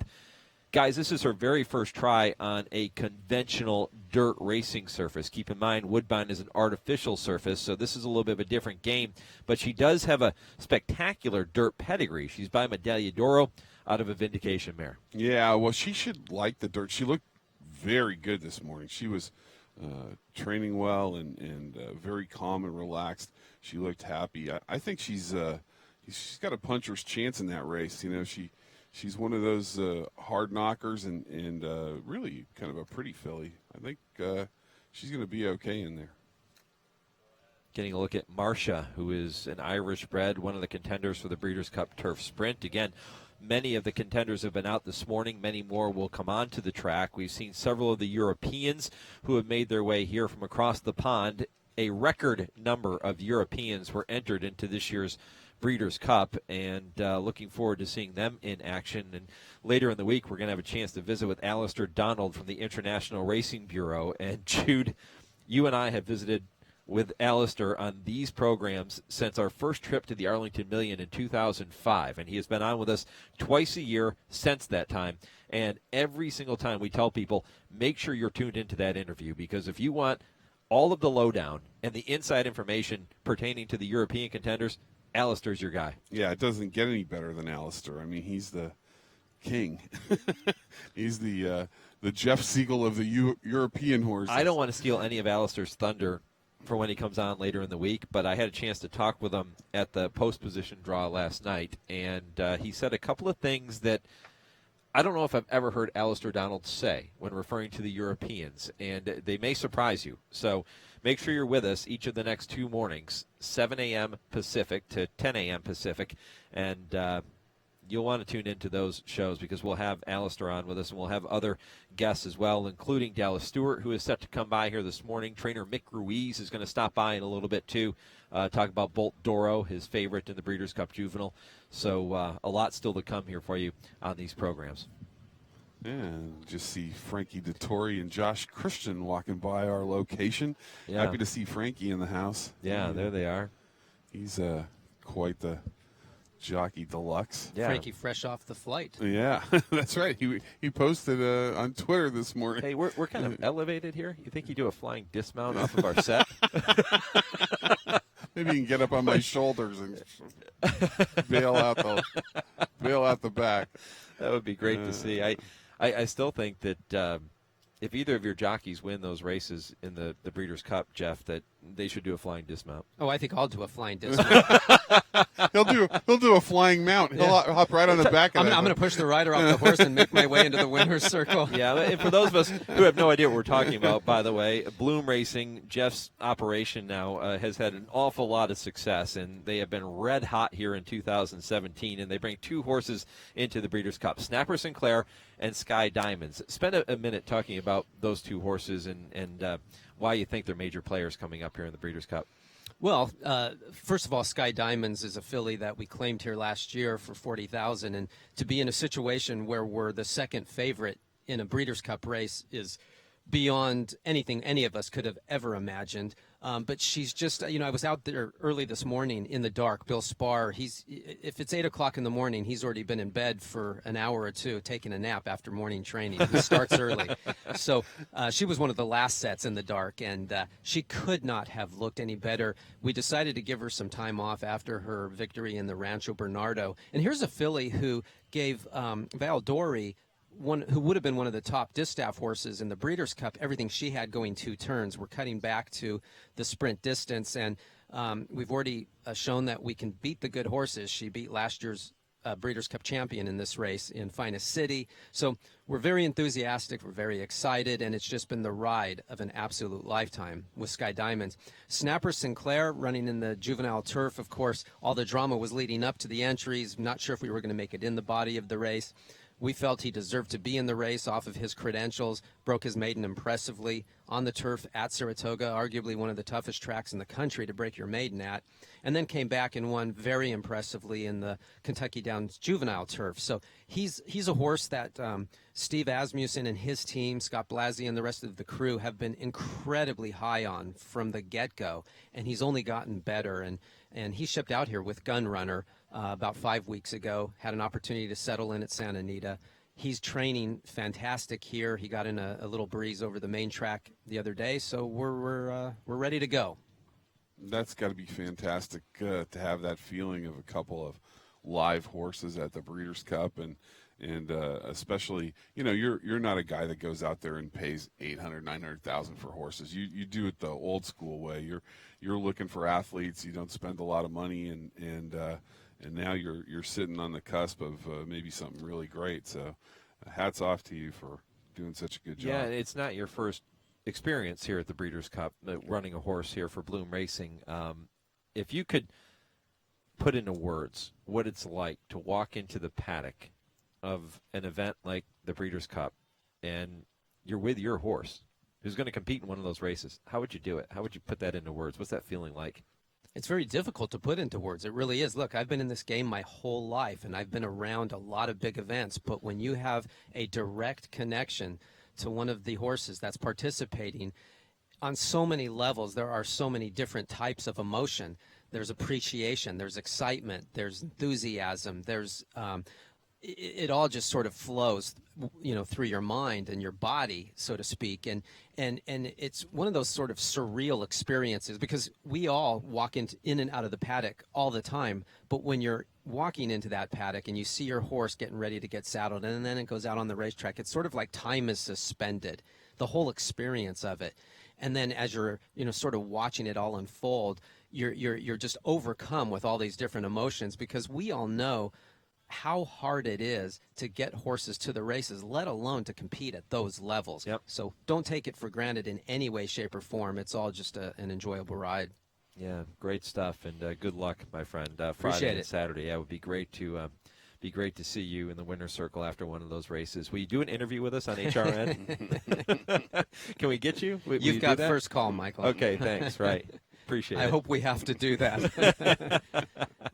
Getting a look at Talismanic, who is on the track right now. British bred, one of the contenders for the Longines Breeders' Cup turf. And the turf, a full field of 14, and the Europeans are very prevalent in that race. Several Euros entered. Beach Patrol, maybe the best chance for the Americans to pull off a victory in there, would you say? The way he galloped this morning, he looks pretty good. But I don't know. That's a tough race. I mean, there's a lot of horses. It's going to be a trip race.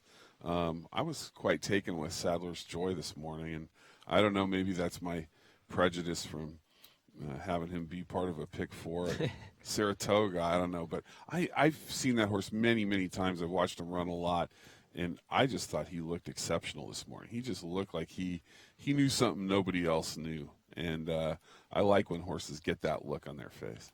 Well, if you take a look at the record between the U.S. and the foreign-based runners in the Breeders' Cup turf over the previous runnings of this race, the foreign-based runners hold a pretty decisive edge. They've won 21 of the Breeders' Cup turf events. The U.S.-based horses have only won 13. So this has been a race that has really favored the Europeans. As a matter of fact, they have won 7 of the past 10 runnings of the Breeders' Cup turf. The only U.S.-based runners in that particular decade to garner a victory in the race: Main Sequence, Little Mike, and English Channel. So the Americans have been up against it, but a horse like Beach Patrol certainly fits with some of these. Highland Reel, the defending champion, is back in the Breeders' Cup turf. He'll look to give Aidan O'Brien a 7th victory in that race. Of course, that's a record. 6 is a record already for Aidan.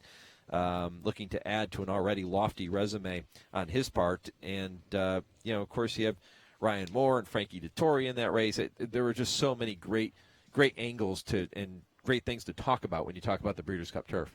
Yeah, it's always one of the best races on the card, and the Euro factor, that always is intriguing. Are the Euros going to step up? Are they going to like the course? This, that, and the other thing. But this year too, you have an interesting thing in Oscar Performance, a 3-year-old who's really been at the top of his game, and we had Brian Lynch on the show yesterday, and Brian said he's just going to let him bounce right out of there and see if they can catch him. And he's pretty tough when he makes the lead. He's got a lot of talent, and he's already banked $1.7 million. He's a former Breeders' Cup winner. He won the juvenile turf last year, and he's won 6 races in 10 starts. No slouch, and he probably is the fastest horse early in there, so you have to run him down at some point if you're going to beat him. Right. And it probably makes the most sense to take that strategy against this field. It's funny because Bobby Frankel used to do that. He used to announce 3 weeks ahead of time he was going to the lead. And Brian worked for Bobby for many years, so it was kind of interesting to hear him say that yesterday, because most trainers, they keep it close to the vest, but he just put it right out there. Yeah, I'm going. I mentioned the jockey matchup in the turf with the two European jockeys with Frankie Dettori and Ryan Moore. Ryan Moore rides the defending champ Highland Reel. Frankie Dettori will be aboard Ulysses, who we saw on the track earlier this morning. They are tied, Frankie and Ryan, with 4 victories in the Breeders' Cup Turf. That is the most of any jockey in history, so kind of a grudge match there to see who's going to be the leading jockey, at least for now, in the Breeders' Cup Turf, if one of those two can win it. Yeah, and this is another one of those kind of races where we would call it very much so a jockey's race. I mean, it's a 1.5 miles on the turf, and a turf course that's going to be not exactly like a course that many of these horses have run on before.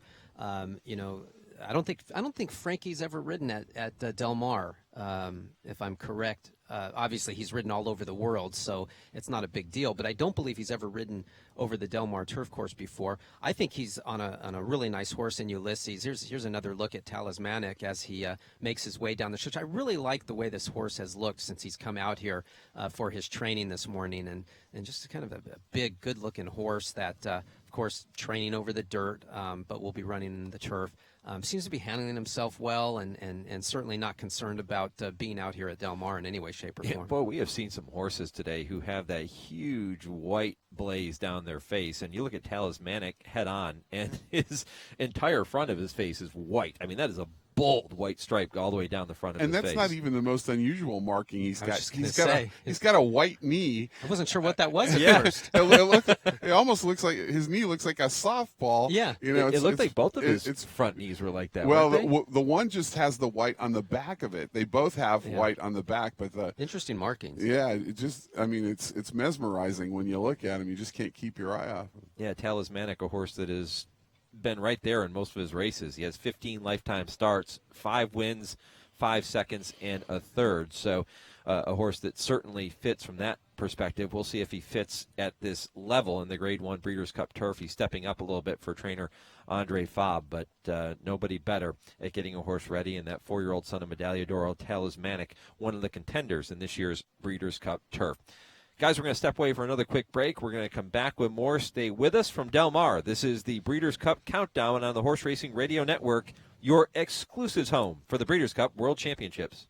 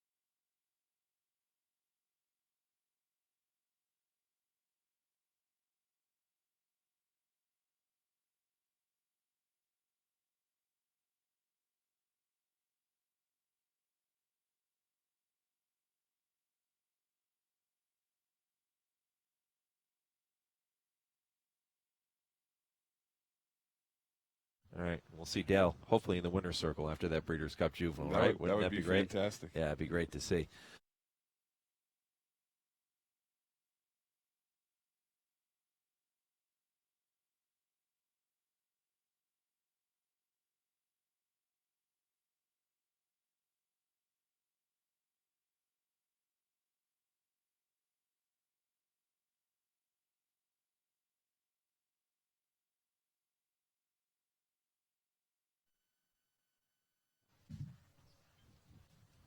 The man who will send out a couple of horses in this year's Breeders' Cup Juvenile with Free Drop Billy and Hollywood Star promises to be a really, really good renewal of the Breeders' Cup Scoot Juvenile. over, Dale. I don't know if the wide-angle lens is in effect here, but put you and What's I that supposed to mean, Dale? Put you and I on this.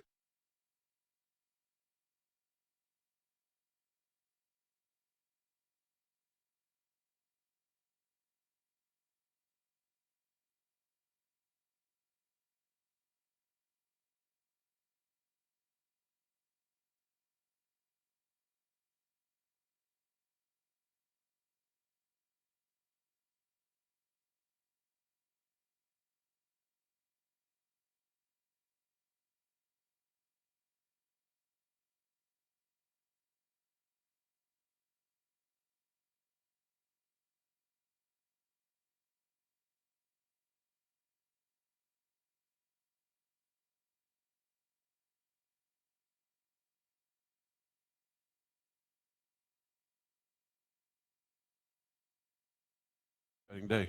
How good is he? We'll find out Saturday. Yeah. Because, I mean, he's coming to the race as good as he can possibly.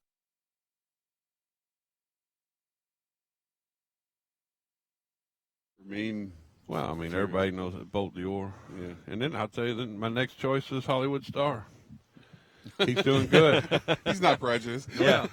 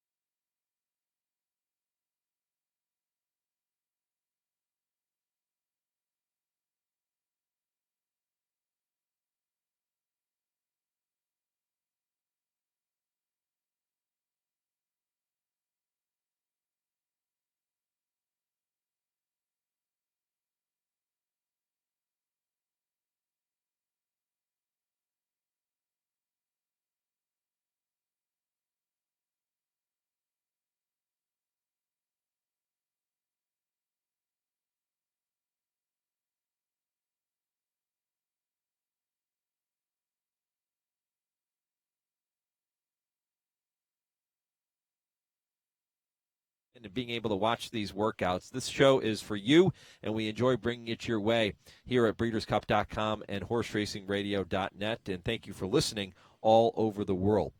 Craig Fravel is the president of the Breeders' Cup, and he's kind enough to spend a little time with us here this morning, again, live from Del Mar. Craig, what's up with this weather, first of all? Come on, man.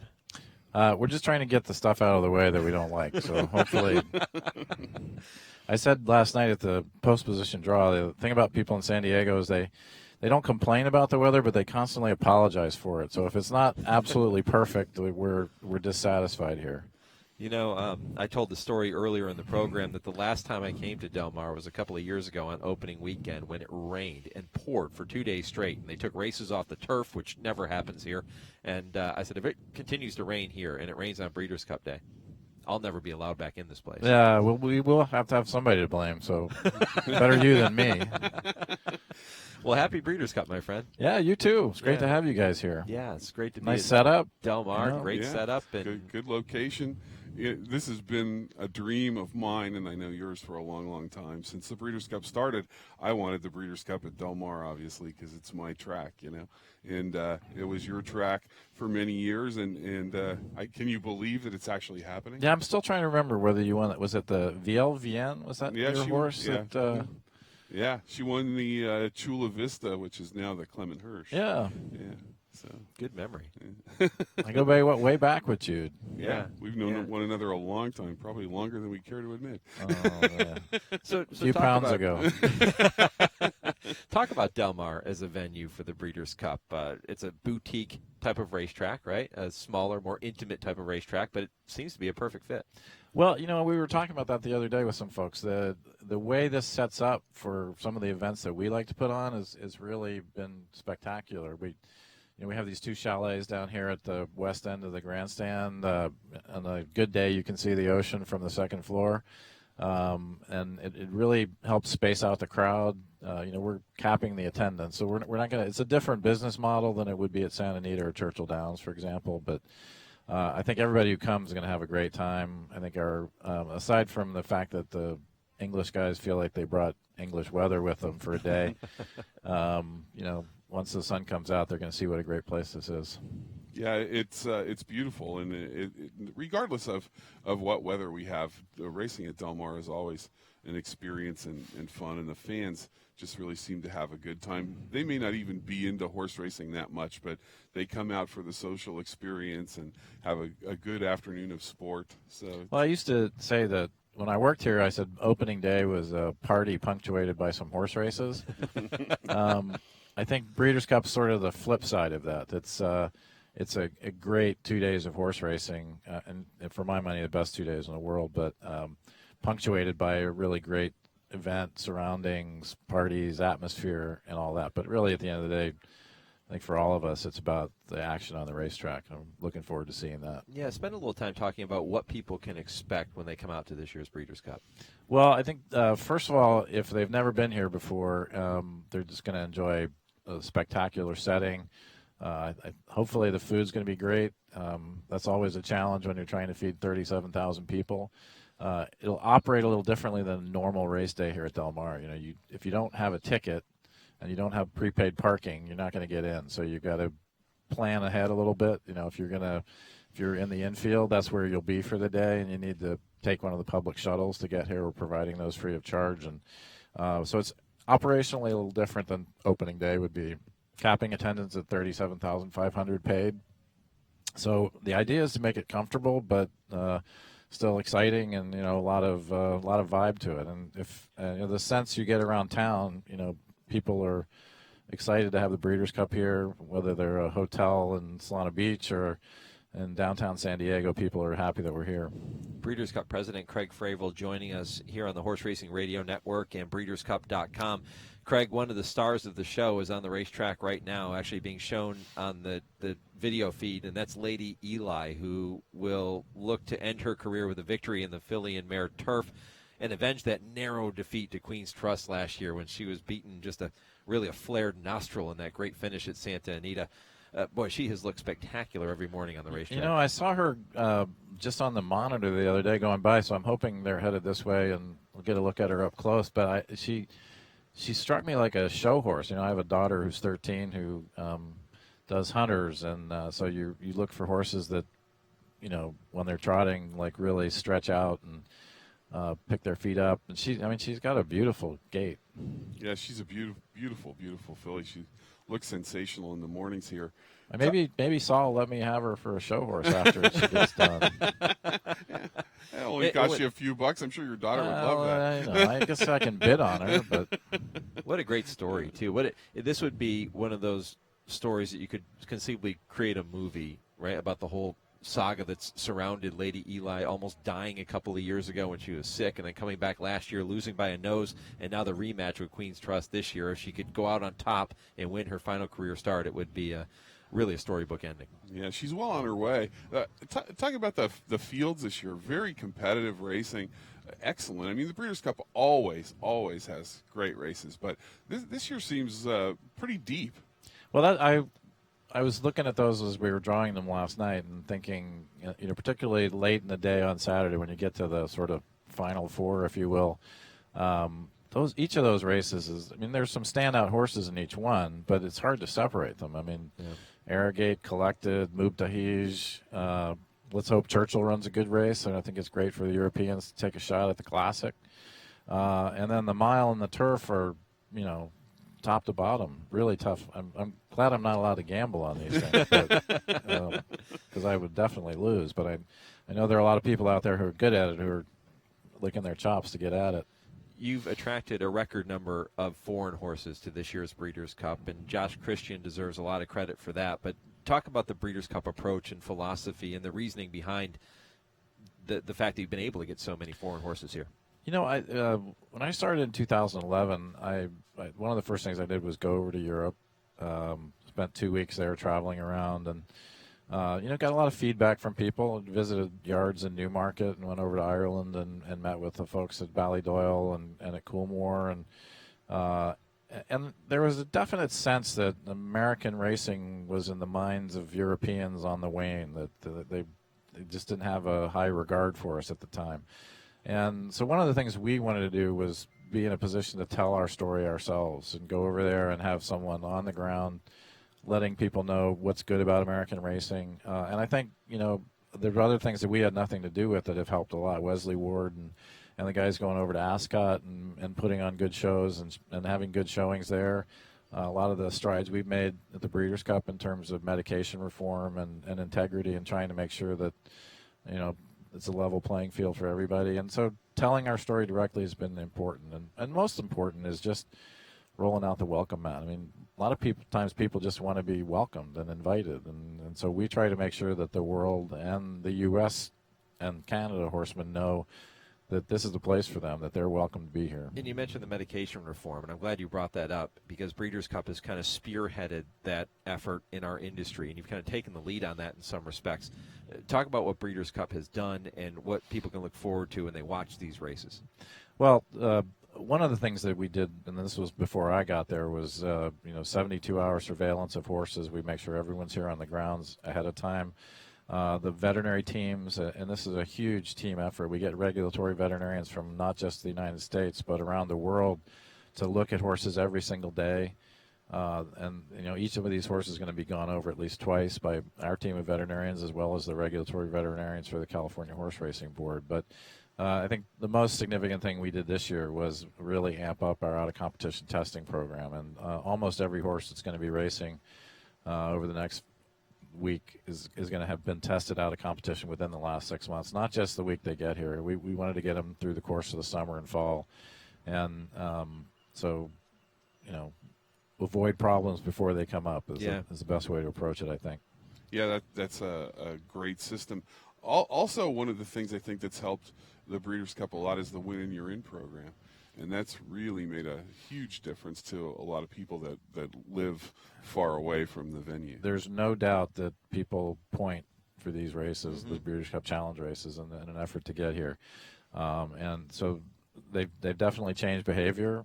Sometimes racetracks get mad at us because somebody leaves their barn area to go run in the Win and You're In somewhere else, but that's why we spread it around. Everybody gets a few of those, and I think it's worked very well, and it does tie the story together between the end of the Triple Crown and the Breeders' Cup in a way that it's a hard thing to do in horse racing because you're never sure if the horse that's good at the beginning of the year is going to be good at the end of the year. So that's been our effort, and our friends at NBC Sports have been amazing in promoting the sport. You'll see the Breeders' Cup on Monday night or Sunday Night Football, and at least mentions of it, and Chris Collinsworth giving out his picks and those kind of things. Big horse racing fan. He loves it. Yeah, I ran into him in an airport, and he was telling me who he wanted in the Classic. So. Who's he going with? Any idea? Proprietary information. Odds would drop too much. Yeah, we can't give that one out. That's right. Craig, next year the Breeders' Cup going to return to Kentucky in Churchill Downs. A great venue for the Breeders' Cup, no doubt about it. When you look ahead to the future of the Breeders' Cup World Champions, and you look out 5 years, 10 years, what's the vision? Where do you see the Breeders' Cup then? Well, I think we've made a lot of progress in the last 5 years. When I started in 2011, we had really two choices of places to go. That was Churchill Downs and Santa Anita. And since then, at the time, Keeneland had said they weren't interested. And so after a few years of working with them, they suddenly got interested. And Del Mar had been interested all along, but just didn't have the infrastructure and the turf course to handle it. So when we, and those were sort of experiments. There were smaller facilities, like you said earlier, and there was a philosophy that the Breeders' Cup had to be in places that could handle 70,000, 80,000 people. And we've completely shifted around to that. So, I mean, we still are happy when we go to a place that can do that, and that's its own special feeling. But a place like this, I think we'll be moving around kind of like we have been. I think there'll be an emphasis on tracks in California. I should say because of the weather, but today is probably not the thing to say. We want to keep building this brand, make it a great sporting event that is attractive to people outside the traditional racing environment, but also really special for people inside. What about Gulfstream? There's always whispers about them. Are they going to step it up and maybe make more accommodations to get the Breeders' Cup there? You can never say never. I think the challenges at Gulfstream have a lot to do with the traffic and parking infrastructure, with the shopping center there and the way the track's configured. It would be challenging. Let's put it that way.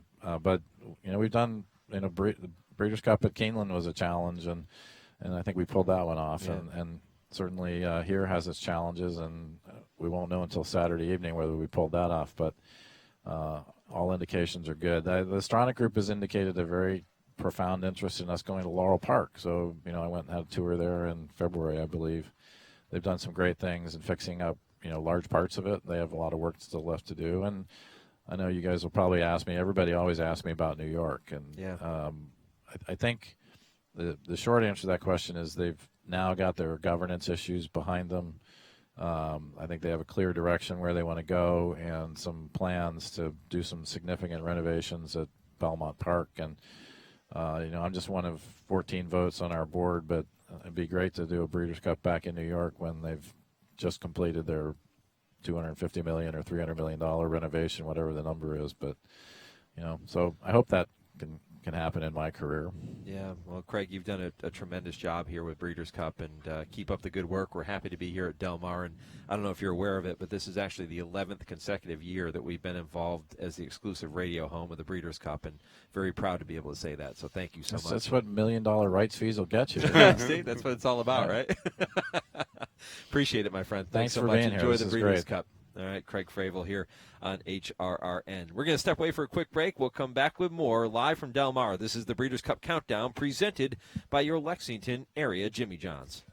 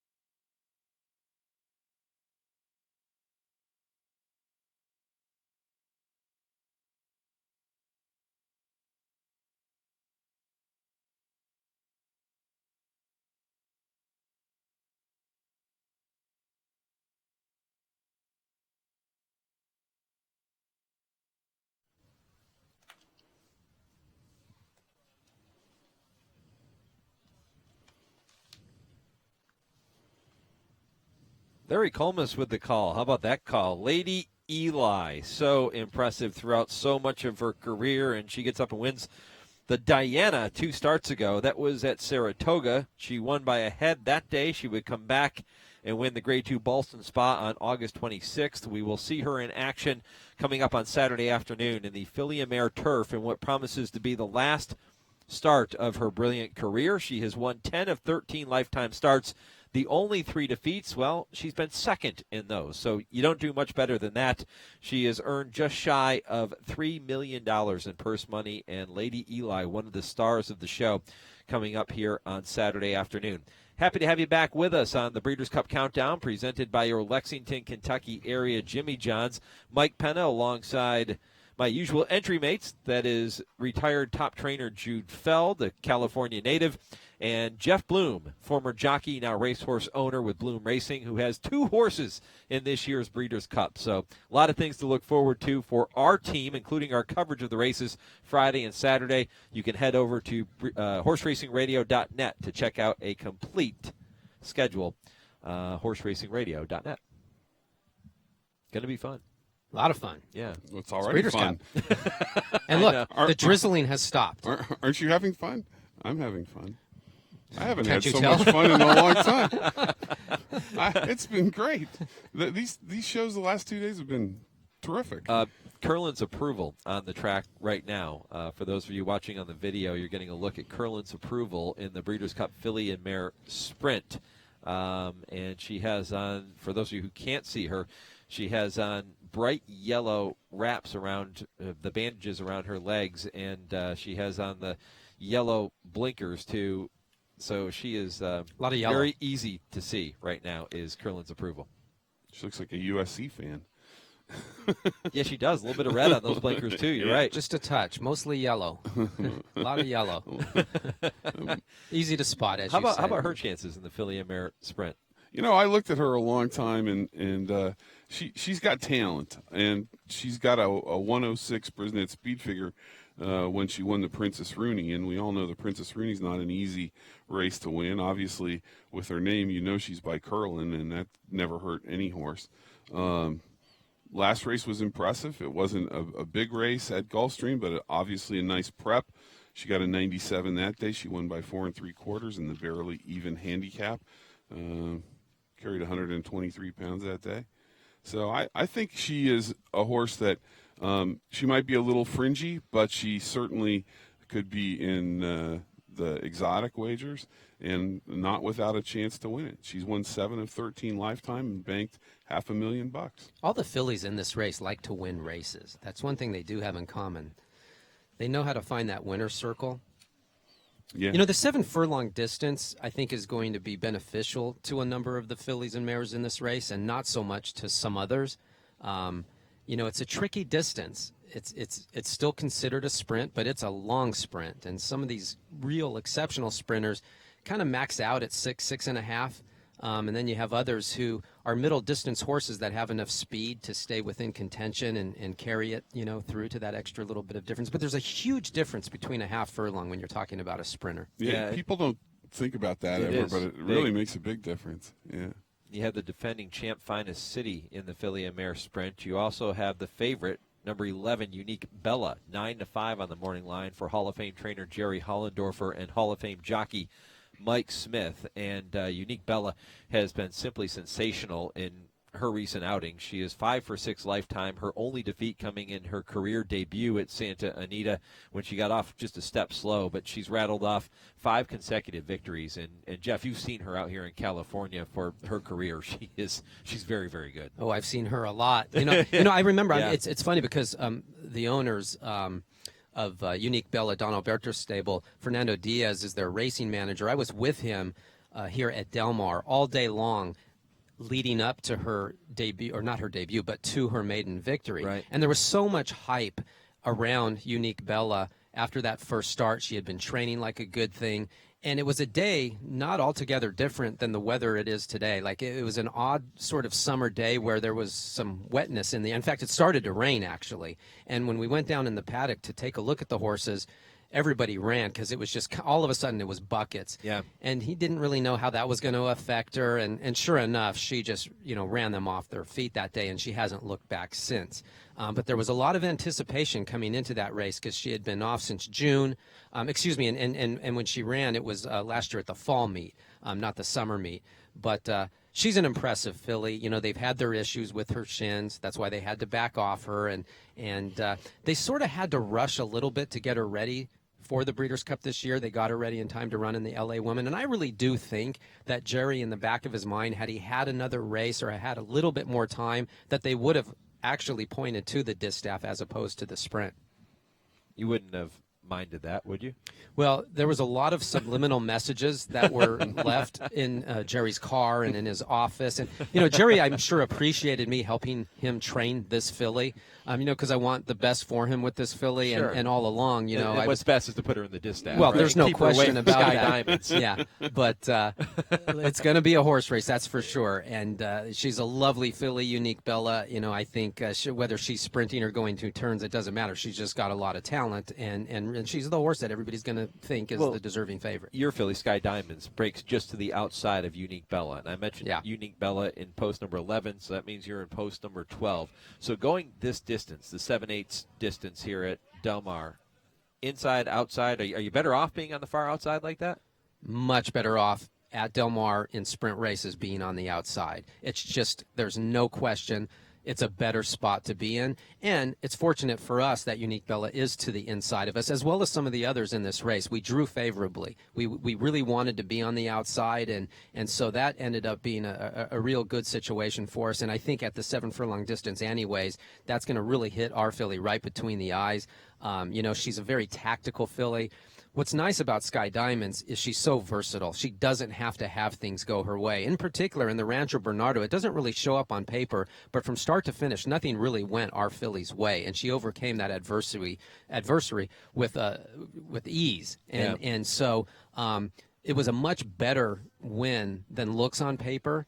And like I said before, she could not be training any better. This is the best I've seen our filly look, both around the barn and on the racetrack. So we're going to try to tackle the monster and see if we can beat her. Well, she's very talented, and she's by one of my favorite sires, First Dude, and she really, fits in this field. I mean, she's an outstanding filly. She's really developed into something special, and must be a tremendous source of pride to own her.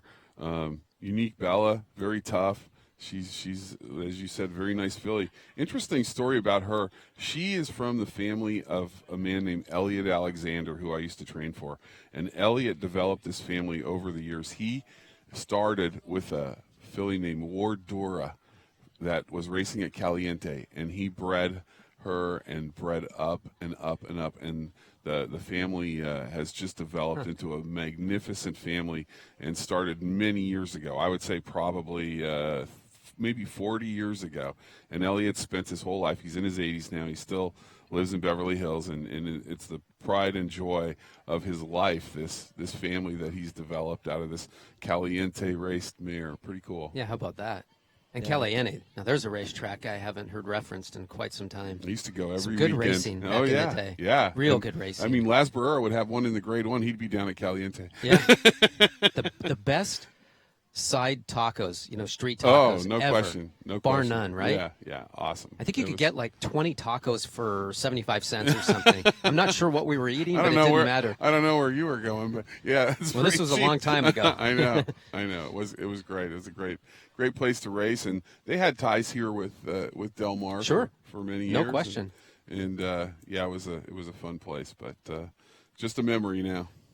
Well, the Filly and Mare Sprint comes your way as race number 7 on the Saturday program here at Del Mar. The Breeders' Cup Classic will be the final race on Saturday afternoon. That's race number 12. We'll have all the coverage for you on the Horse Racing Radio Network Friday and Saturday. All that race coverage brought to you by visitbarbados.org. And really looking forward to bringing you all that coverage later this week. So many of these races are so ultra competitive, and we talk about horses like Bolt Doro and Dre Fong that, are going to be heavier favorites. But then you have some of the races like the Philly Mare Sprint, for example, that I think, even though you have Unique Bella, who is 9-5 on the morning line, I think that race is as wide open as any of them that we're going to see. Oh, there's no question. I mean, I don't think you can hand the race to her on a silver platter. You know, Jeff's Philly certainly has a big chance. Paula Silver lining, you got to like her a little bit. What about By the Moon? By the Moon, solid as they come, and she's Can't really discount her. She seems like she's come into herself late in the game. I mean, she's always been a nice filly. She's a multiple Grade 1 winner, but it really seems like she's at the top of her game right now. We talked about Bar of Gold a little bit yesterday. Finley's Lucky Charm. I mean, she's looked sensational. She's a training. beast. She's a very good filly. So this is not the easiest race in the world. You know, we'll see what happens at the end, and hopefully, you know, you're smiling there. It says jockey TBA on Sky Diamonds. Do we have a jockey? That's interesting. Tiago Pereira. Is Jeff Bloom open? Oh, is that why we kept it as a TBA? Are we coming out of retirement? I'm kind of liking that. How about that? And I could probably do the weight because it's the Breeders' Cup Heavy 124 right. Can deal you do there. 124? Oh, give me about 2 hours and I'll do it.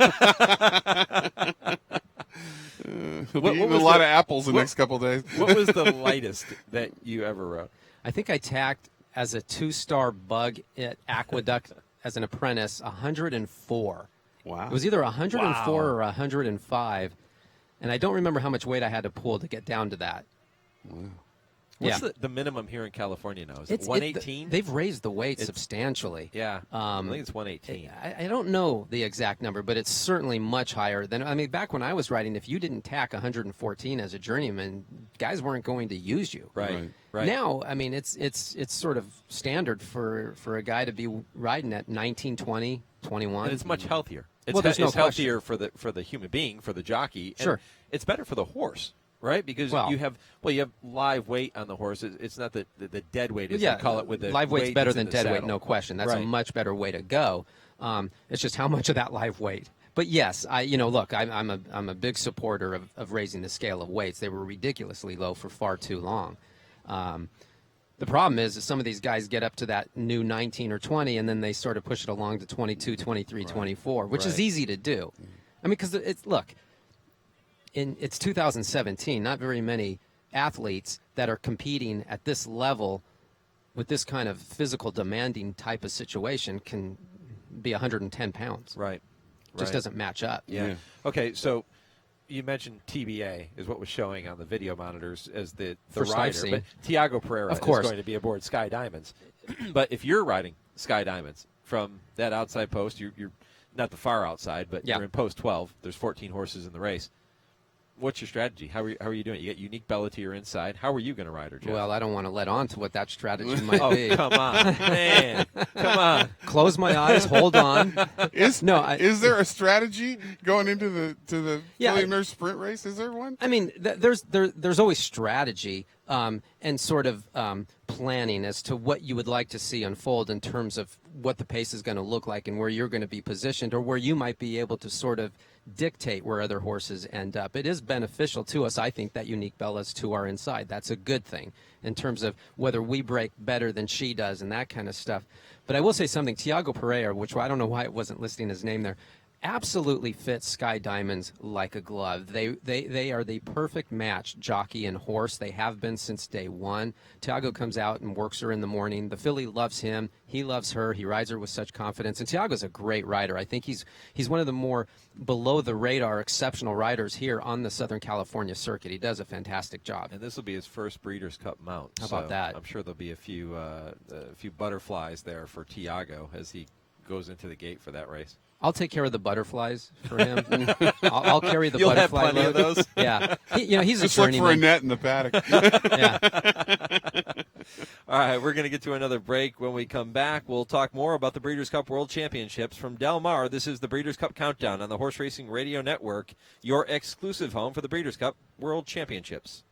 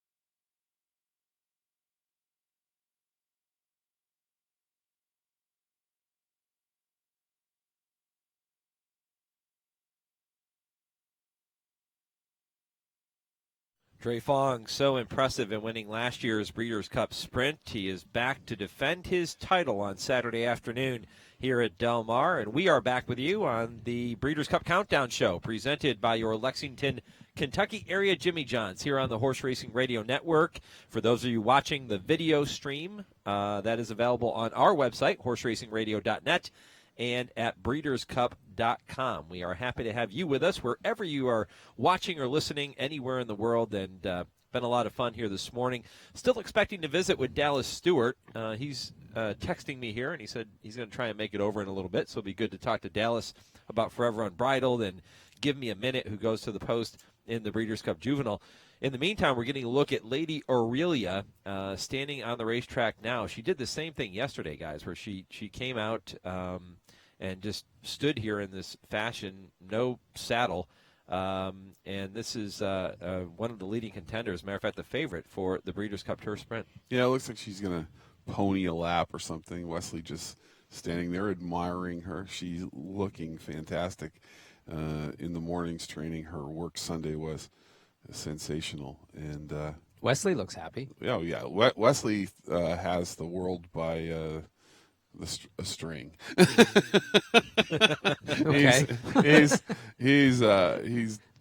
what did the guy in Europe say? Over Granny's greenhouse. He's very excited about his charges in the Breeders' Cup. He's got Ultima D running as well. Is that all? Who else does he have? I think he's got 3. Lady Aurelia right there. That's enough. Yeah, Lady Aurelia. Yeah, she has been. She's so, a star.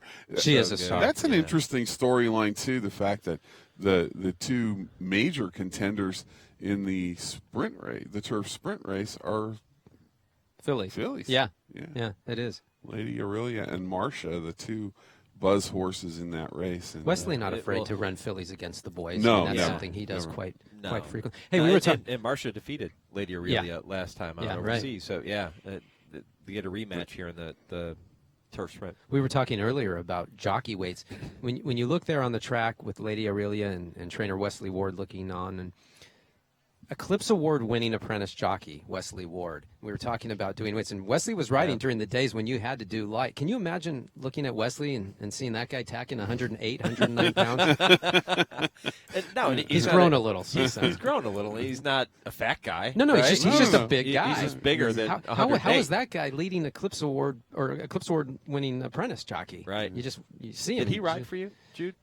Wesley, no, he never rider. rode, he never rode for me. I watched him ride, but he spent most of his riding career at other tracks. He was Okay. mostly based on the East Coast when he was riding, and of course some races up in Washington and places like that. But yeah, there's another guy, T. Red Bernice. I don't know. Look at Wesley now. I know people listening on radio can't see it, so we'll describe it for you. But we said Lady Aurelia was standing there with no tack on the racetrack, and Wesley was just watching her. And now has his camera out and obviously taking a video of Lady Aurelia as she begins to walk away. Or a selfie. Alongside the pony. Yeah, he could be doing a selfie. Highly unlikely.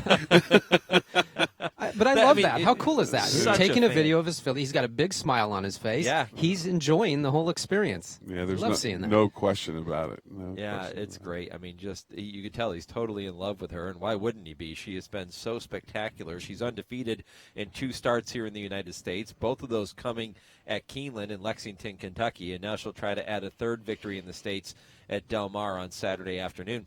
By the way, Lady Aurelia, owned in partnership by Peter Lydell and Stone Street Stables, George Bolton, and George telling me yesterday that he's had 2 horses that were named after his mother, Lady Aurelia and My Miss Aurelia, and both of those horses turned out to be pretty darn good. it. Yeah, no question about it. Yeah, it doesn't always work out like that. Usually that's kind of a jinx, right, when you name a horse after somebody that you know? I've never found that to be the case. Really? Yeah, I used to name horses after my kids all the time, and they did quite well. So I don't think it's a bad thing. Obviously, it's not for George. No, not at all, nor for his mom.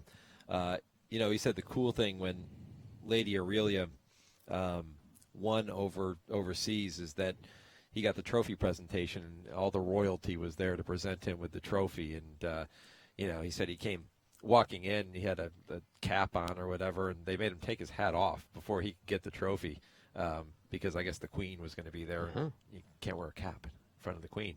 No. I would take my cap off. Oh, except absolutely. that trophy. Yeah. Oh, yeah. Absolutely. He said that was one of his greatest thrills that he's ever had. Why not? To be able to be there and be in that atmosphere and receive that trophy there at Ascot. Yeah. So he how has about another story about the Queen, too, that I won't tell, but if you ever see Wesley Ward, ask him about the first time you met the Queen. I will. Yeah. Okay. It's a great story, but Yeah, I definitely. Well, we'll have to get Wesley on to tell the story. that would be good. We'll get Wesley on to tell that story. He's too busy right now watching his charge, Lady Aurelia, just sort of canter around alongside the pony, riderless.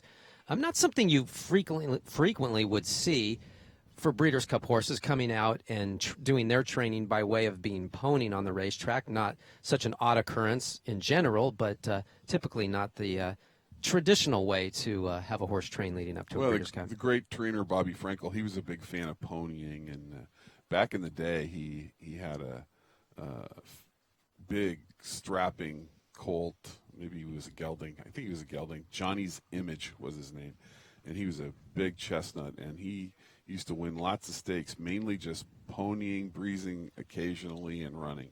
He was a turf horse, and lots of chrome on him, 4 white socks. He's a beautiful animal. So what is the as a non-trainer owner? I'm going to ask you guys this question: the purpose of what Lady Aurelia is doing now, is it just to stay fit?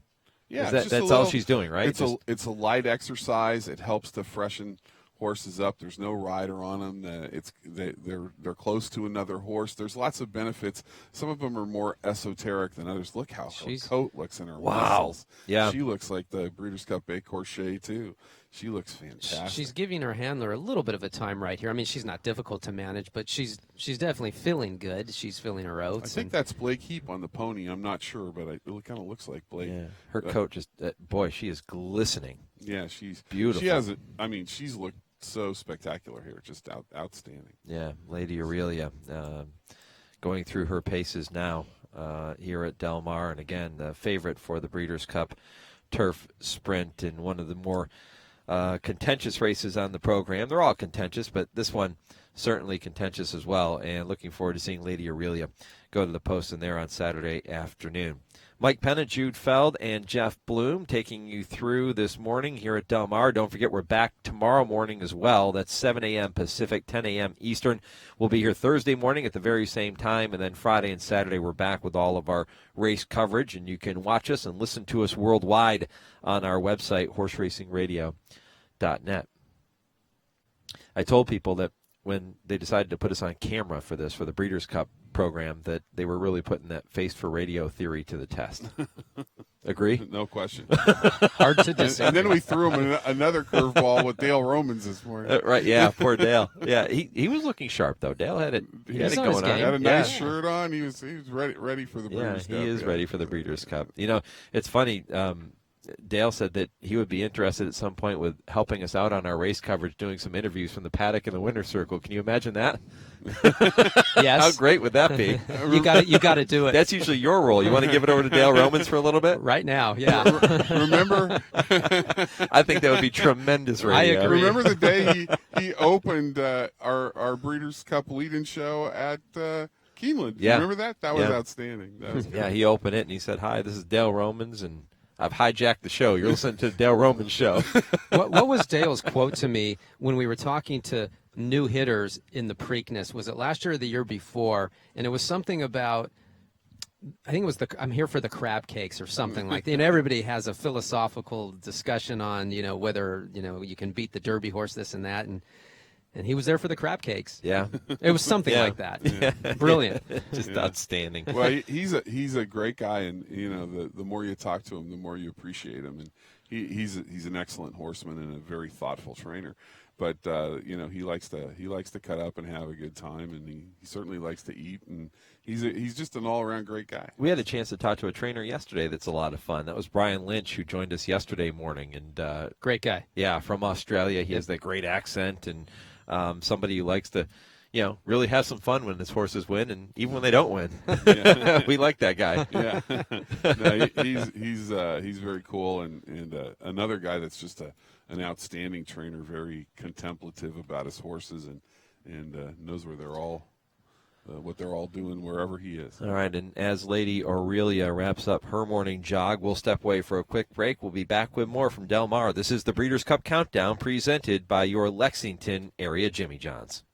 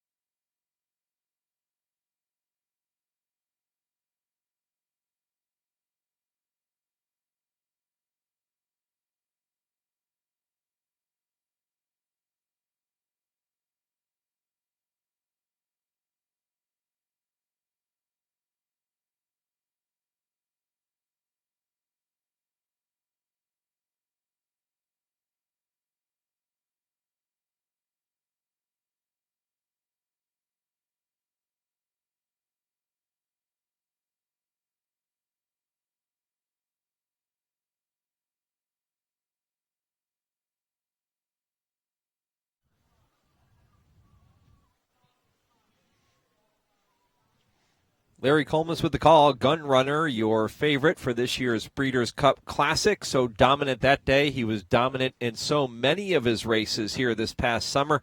And we'll see if he can do it one more time on Saturday afternoon and take down Arrowgate and all of the other contenders in this year's Breeders' Cup Classic. Welcome back, Mike Penna, Jude Feld, and Jeff Bloom. Getting a look now on the video monitors of Bullard's Alley, who was a dominant winner at Woodbine last time out, won by a record 10 3/4 lengths, and comes here to the Breeders' Cup looking to go back-to-back. He'll have his hands full, though, in the Longines Breeders' Cup turf. Yeah, it's a very difficult race, but his performance last time was kind of out of body. The turf course had a lot of give in the ground, which it seemed like he really liked, and just a fantastic performance. Just kept drawing away, and at a big price as well. He's been looking good in the mornings, and we'll see if he can repeat that big effort. Yeah, trained by Indiana native Tim Gleishaw. Bullard's Alley is on the turf course now here at Del Mar as training continues at this seaside racetrack. Well, we told you earlier we had a chance to visit with Dale Romans, who stopped by in the first hour of the program. And for those of you who are just joining us and may have missed it, it was a lot of fun. And here's what Dale had to say about his two contenders in this year's Breeders' Cup Juvenile.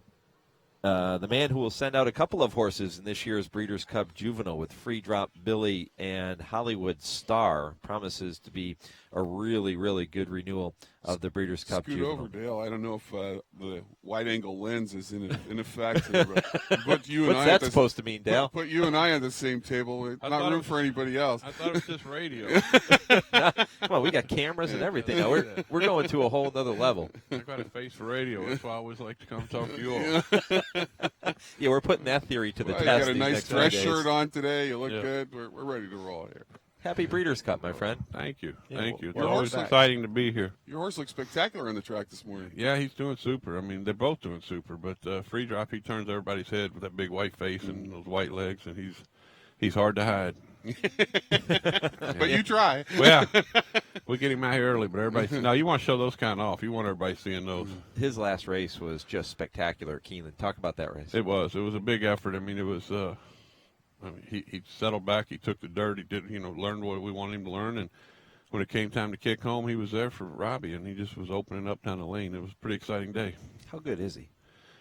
We'll find out Saturday. Yeah. Because, I mean, he's coming to the race as good as he can possibly be, and the only thing that can get him beat, I think, is that he's not good enough. And we'll find out Saturday. Who do you think your main? Well, I mean, everybody knows that Bolt Dior. Yeah. And then I'll tell you, then my next choice is Hollywood Star. He's doing good. He's not prejudiced. Yeah. Not at all, right? Free Drop Billy, Hollywood Star going to the post from the barn of trainer Dale Romans, who is looking for that elusive win in the Breeders' Cup Juvenile. But, man, you have been so close. Yeah, we were third 2 years ago, second last year, just get beat ahead. So as the patterns go, we're supposed to win this year. I'd you're right. really like you to win the Kentucky Derby. We got to get one of these horses. Oh, that'd be. You need to do that. That's just mandatory. Life. They say life has a way of not giving you more than you can handle. Maybe I haven't been ready to handle it yet. Of course, you bring this horse back, Free Drop Billy, for the Allbahs. Talk about that relationship.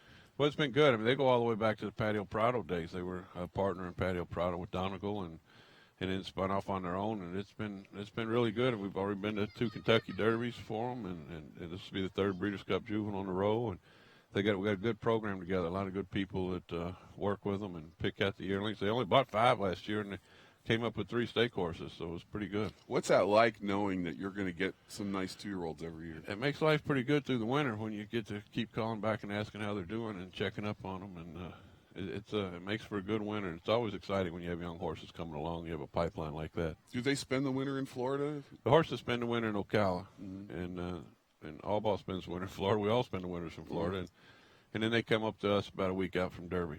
You talked about Hollywood Star and how well that he was coming into this race. That last effort behind the tabulator, pretty good. I know he didn't get there, but that was a pretty good effort. Yeah, but he had a rough trip. He jumped at the gate and spotted him a couple of lengths, and then he was getting pelted with some dirt. And he came running. Another couple of jumps, he gets there. Tabulator's a good horse. I mean, he's the one that shouldn't be overlooked either. Yeah, he looked good on the track yesterday too. Yeah, I heard he was hot out here the first day or two training, but you can expect that with a young horse shipping across country and coming out here to train. I haven't seen him since, but I've heard he's gotten a lot better. Yeah, you came in pretty early with these horses too, didn't you? We went into Santa Anita as soon as we could get a flight after the futurity. Basically, it was getting cold in Kentucky and getting hot out here, and it's hard to take a horse from cold to hot. They just don't adjust as quickly. So I wanted to get out of there before the cold came in. I wanted to get out here for them to get used to the heat. It's more about the environment than it is the racetrack. This racetrack here at Del Mar, comparable to any track that they've been on back in the East Coast, or is it completely different? I don't know. I've never been here with this dirt course. This is the first time that I think I've been out here since they put it in, and I've been impressed. You can't hear the horses go by. I mean, we're sitting right on the racetrack, and horses can gallop by here. You won't hear them even pass by you. So, yeah. So far, so good. I mean, Tammy said it seemed like a good racetrack, and Adrian gets galloping every day. He said it seems good. And I don't know what you can compare it to, but good horses doesn't matter. They'll run on anything. El Segundo Sand. That's what it's called, right? El Segundo Sand. That's right. Whatever that is. Sand from El Segundo. We just hope that Dale's horse is like El Segundo Sand. Yeah, right, exactly. He'll have it put in at Churchill if they win this race. Got a good point there, but they've already he's proven he's won enough races at Churchill to not worry about the racetrack. 701, let's be exact. I love that. Not that anybody's counting, but they seem to like Churchill pretty well too. So. Yeah. Well, Dale Roman's with us here on Breakfast at the Breeders' Cup. Of course, Free Drop Billy, Hollywood Star, both going to the post in the Breeders' Cup Juvenile, trying to get Dale that first win in that race. And Dale, you've had memorable moments in the Breeders' Cup. The first thing that pops into my head is Little Mike winning the Breeders' Cup Turf. That day was really special. Yeah, that was a good day. I mean, it was a horse that everybody thought was just a miler, and we really didn't make the decision until the last minute to go into the mile and a half. And Wise Dan was in the mile. Did we really want to try to take him on going a mile? And then we looked at the form, and it couldn't get to the lead and win. Didn't look like. So it's the first time in his life he goes a mile and a half and he takes back. And Ramon rode a perfect race. That was a big day. That's the highs and lows. The race before we get beaten in the mile. I didn't think there was any way that Shackford could get beaten. He stumbles out of the gate and finishes poorly. And I mean, that's as low as you can get. And then 30 minutes later, here comes Little Mike, doing something nobody thought he could do, and I wasn't very sure he could myself. I was pretty sure. You were. I loved him. I loved the move going downhill. I said, Little Mike going downhill. He's going to get the easiest of leads, and he did. It was so beautiful. It was one of my favorite Breeders' Cup races. Yeah, that was a big moment in my career. Getting a look at home of the brave Irish bred in the Breeders' Cup Mile. Dale, when the Europeans come here, and they've come in record numbers this year, at least when they're here at Del Mar this year, they're going to catch a climate that's probably more suited to what they prefer, right, and what they've dealt with over in Europe. That has to be an advantage for the Europeans a little bit, doesn't it? Well, I don't know if it's an advantage, but it's not a disadvantage of coming over here where it's hot. So maybe it's just an equalizer. But they bring a lot of horses, and they seem to run good no matter what the temperature is. Yeah. Yeah, they're good horses that they bring. They have some good ones, and they handpick the best, and they come over here and do pretty well. So you always have to pay attention to them. Yeah. The Breeders' Cup Classic, I'm going to ask you about that. Arrowgate, Gunrunner, East versus West. It figures to be one heck of a horse race. Pretty exciting, isn't it? Yeah, Gunrunner's in the barn with us, and he looks great walking around there. He was bouncing around, clearing out the shed row yesterday or the day before. And, Arrowgate, Bob's not going to run him unless he's on his game. And we could say he didn't like this racetrack, but it wouldn't surprise me if for Bob to, give him that amount of time between races for this horse to come in and run a hole in the wind again. Yeah. Agreed. Yeah, it would be great. Dale Romans, ladies and gentlemen. Appreciate Thanks, it, buddy. fellas. Thanks for swinging by. Uh-huh. All right. Talk Good to you luck. later. Have fun. Go get week. it done. Yep. All right. We'll see Dale hopefully in the winner's circle after that Breeders' Cup Juvenile, right? That would that be great? fantastic. Yeah, it'd be great to see.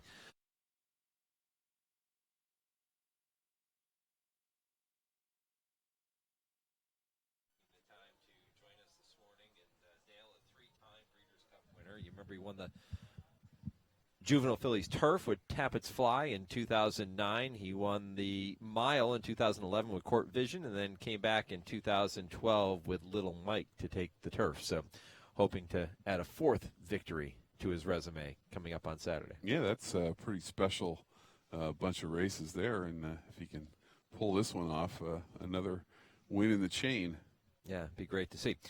So Bullard's Alley is coming off of the track now, having completed the morning preparations on the turf course, and Drew, we're getting a look at him on the video monitors now. What do you see here? Well, he's got a little sweat. That means he got something out of it, and he took a nice gallop on the turf. He didn't do anything too drastic, just a nice little run around the turf course, get acquainted with it, and he looks no worse for wear. He's going back to the barn really nicely, relaxed alongside the pony, and just seemed like he had a fun time out there. He wears a lot of equipment. We talked about that yesterday. He's got a big martingale with sheepskin on it, and blinkers, and a shadow roll. He's got the tack store on him, but he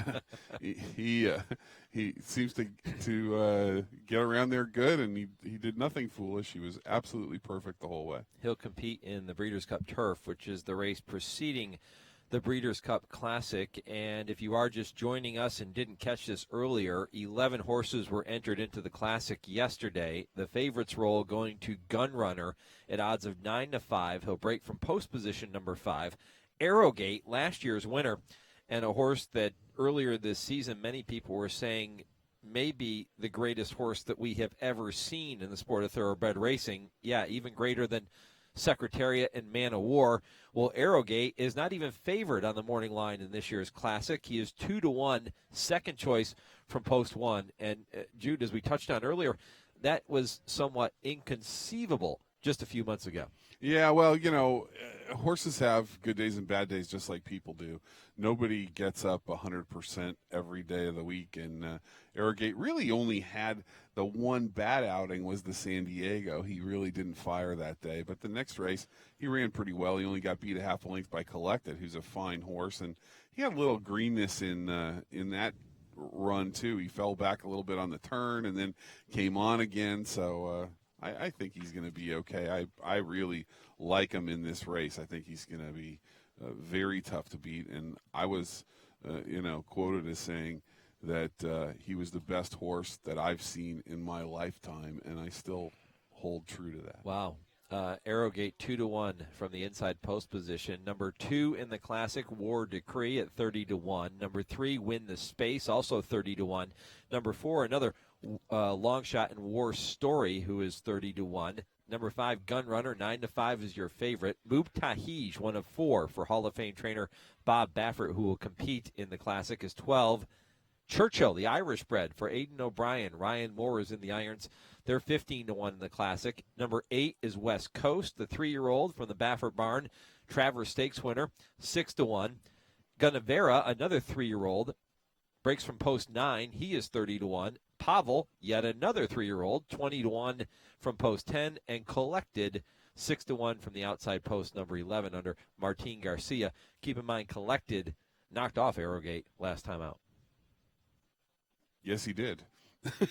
You concur? I concur. You're right. It's printed in the form. So it must have happened. Yes, Michael, you are correct. Yeah. Well, Collected is a very, very good horse, and he's never been beaten on a fast dirt track.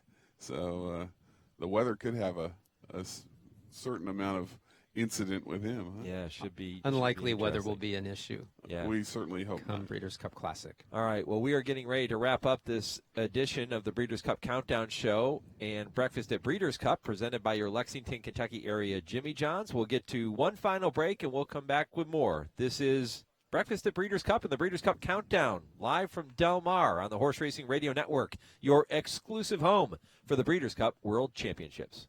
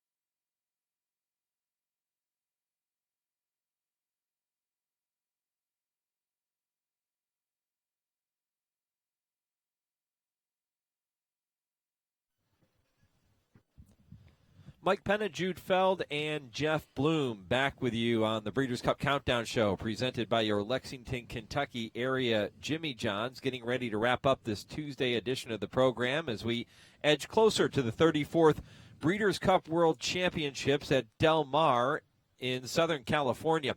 Now just 3 days, 1 hour, and 27 minutes away from those World Championships, and the excitement building. We're going to be back with you tomorrow morning, 7 a.m. Pacific.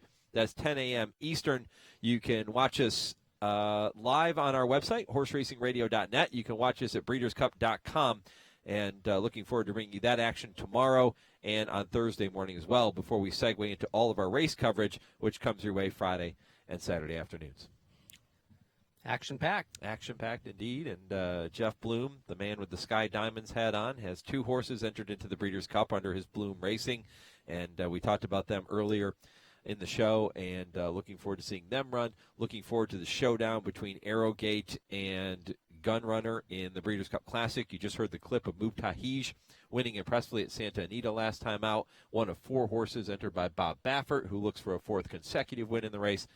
All kinds of storylines, guys. How solid is this Breeders' Cup Classic? We've been talking all week about how rich these fields are for the Breeders' Cup, but to have the Breeders' Cup Championships finish off with a collection of horses that we have in this year's edition of the Breeders' Cup Classic, it doesn't get any better than that. How do you watch 4 horses running the Breeders' Cup Classic? You'll have to ask him that question. I'd like to know. Yeah.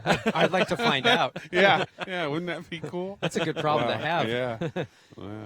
Yeah, it'd be great to try to figure it out, wouldn't it? I guess you just box the 4 Bafferts, right? If you box the 4 Bafferts and Gunrunner, you're going to probably hit the try, the super, and maybe the high five. Are they having high fives? I don't know. Got to look. All right, well, again, we're going to be back tomorrow. We'll take you through more workouts. Should have a lot more activity on the track tomorrow, guys. We'll probably see the Baffert horses here tomorrow morning. They just arrived today from Santa Anita. We'll see many of the horses who were just getting in today. We saw Bolt Doro earlier for Mick Ruiz, likely favorite in the Breeders' Cup Juvenile. So we'll do that tomorrow, 7 a.m. Pacific, 10 a.m. Eastern. Make sure you're with us, horseracingradio.net and breederscup.com. But for now, we bid you farewell from Del Mar. For Jude Feld and for Jeff Bloom, I'm Mike Penna. So long from Del Mar. We'll talk to you tomorrow at breakfast at Breeders' Cup.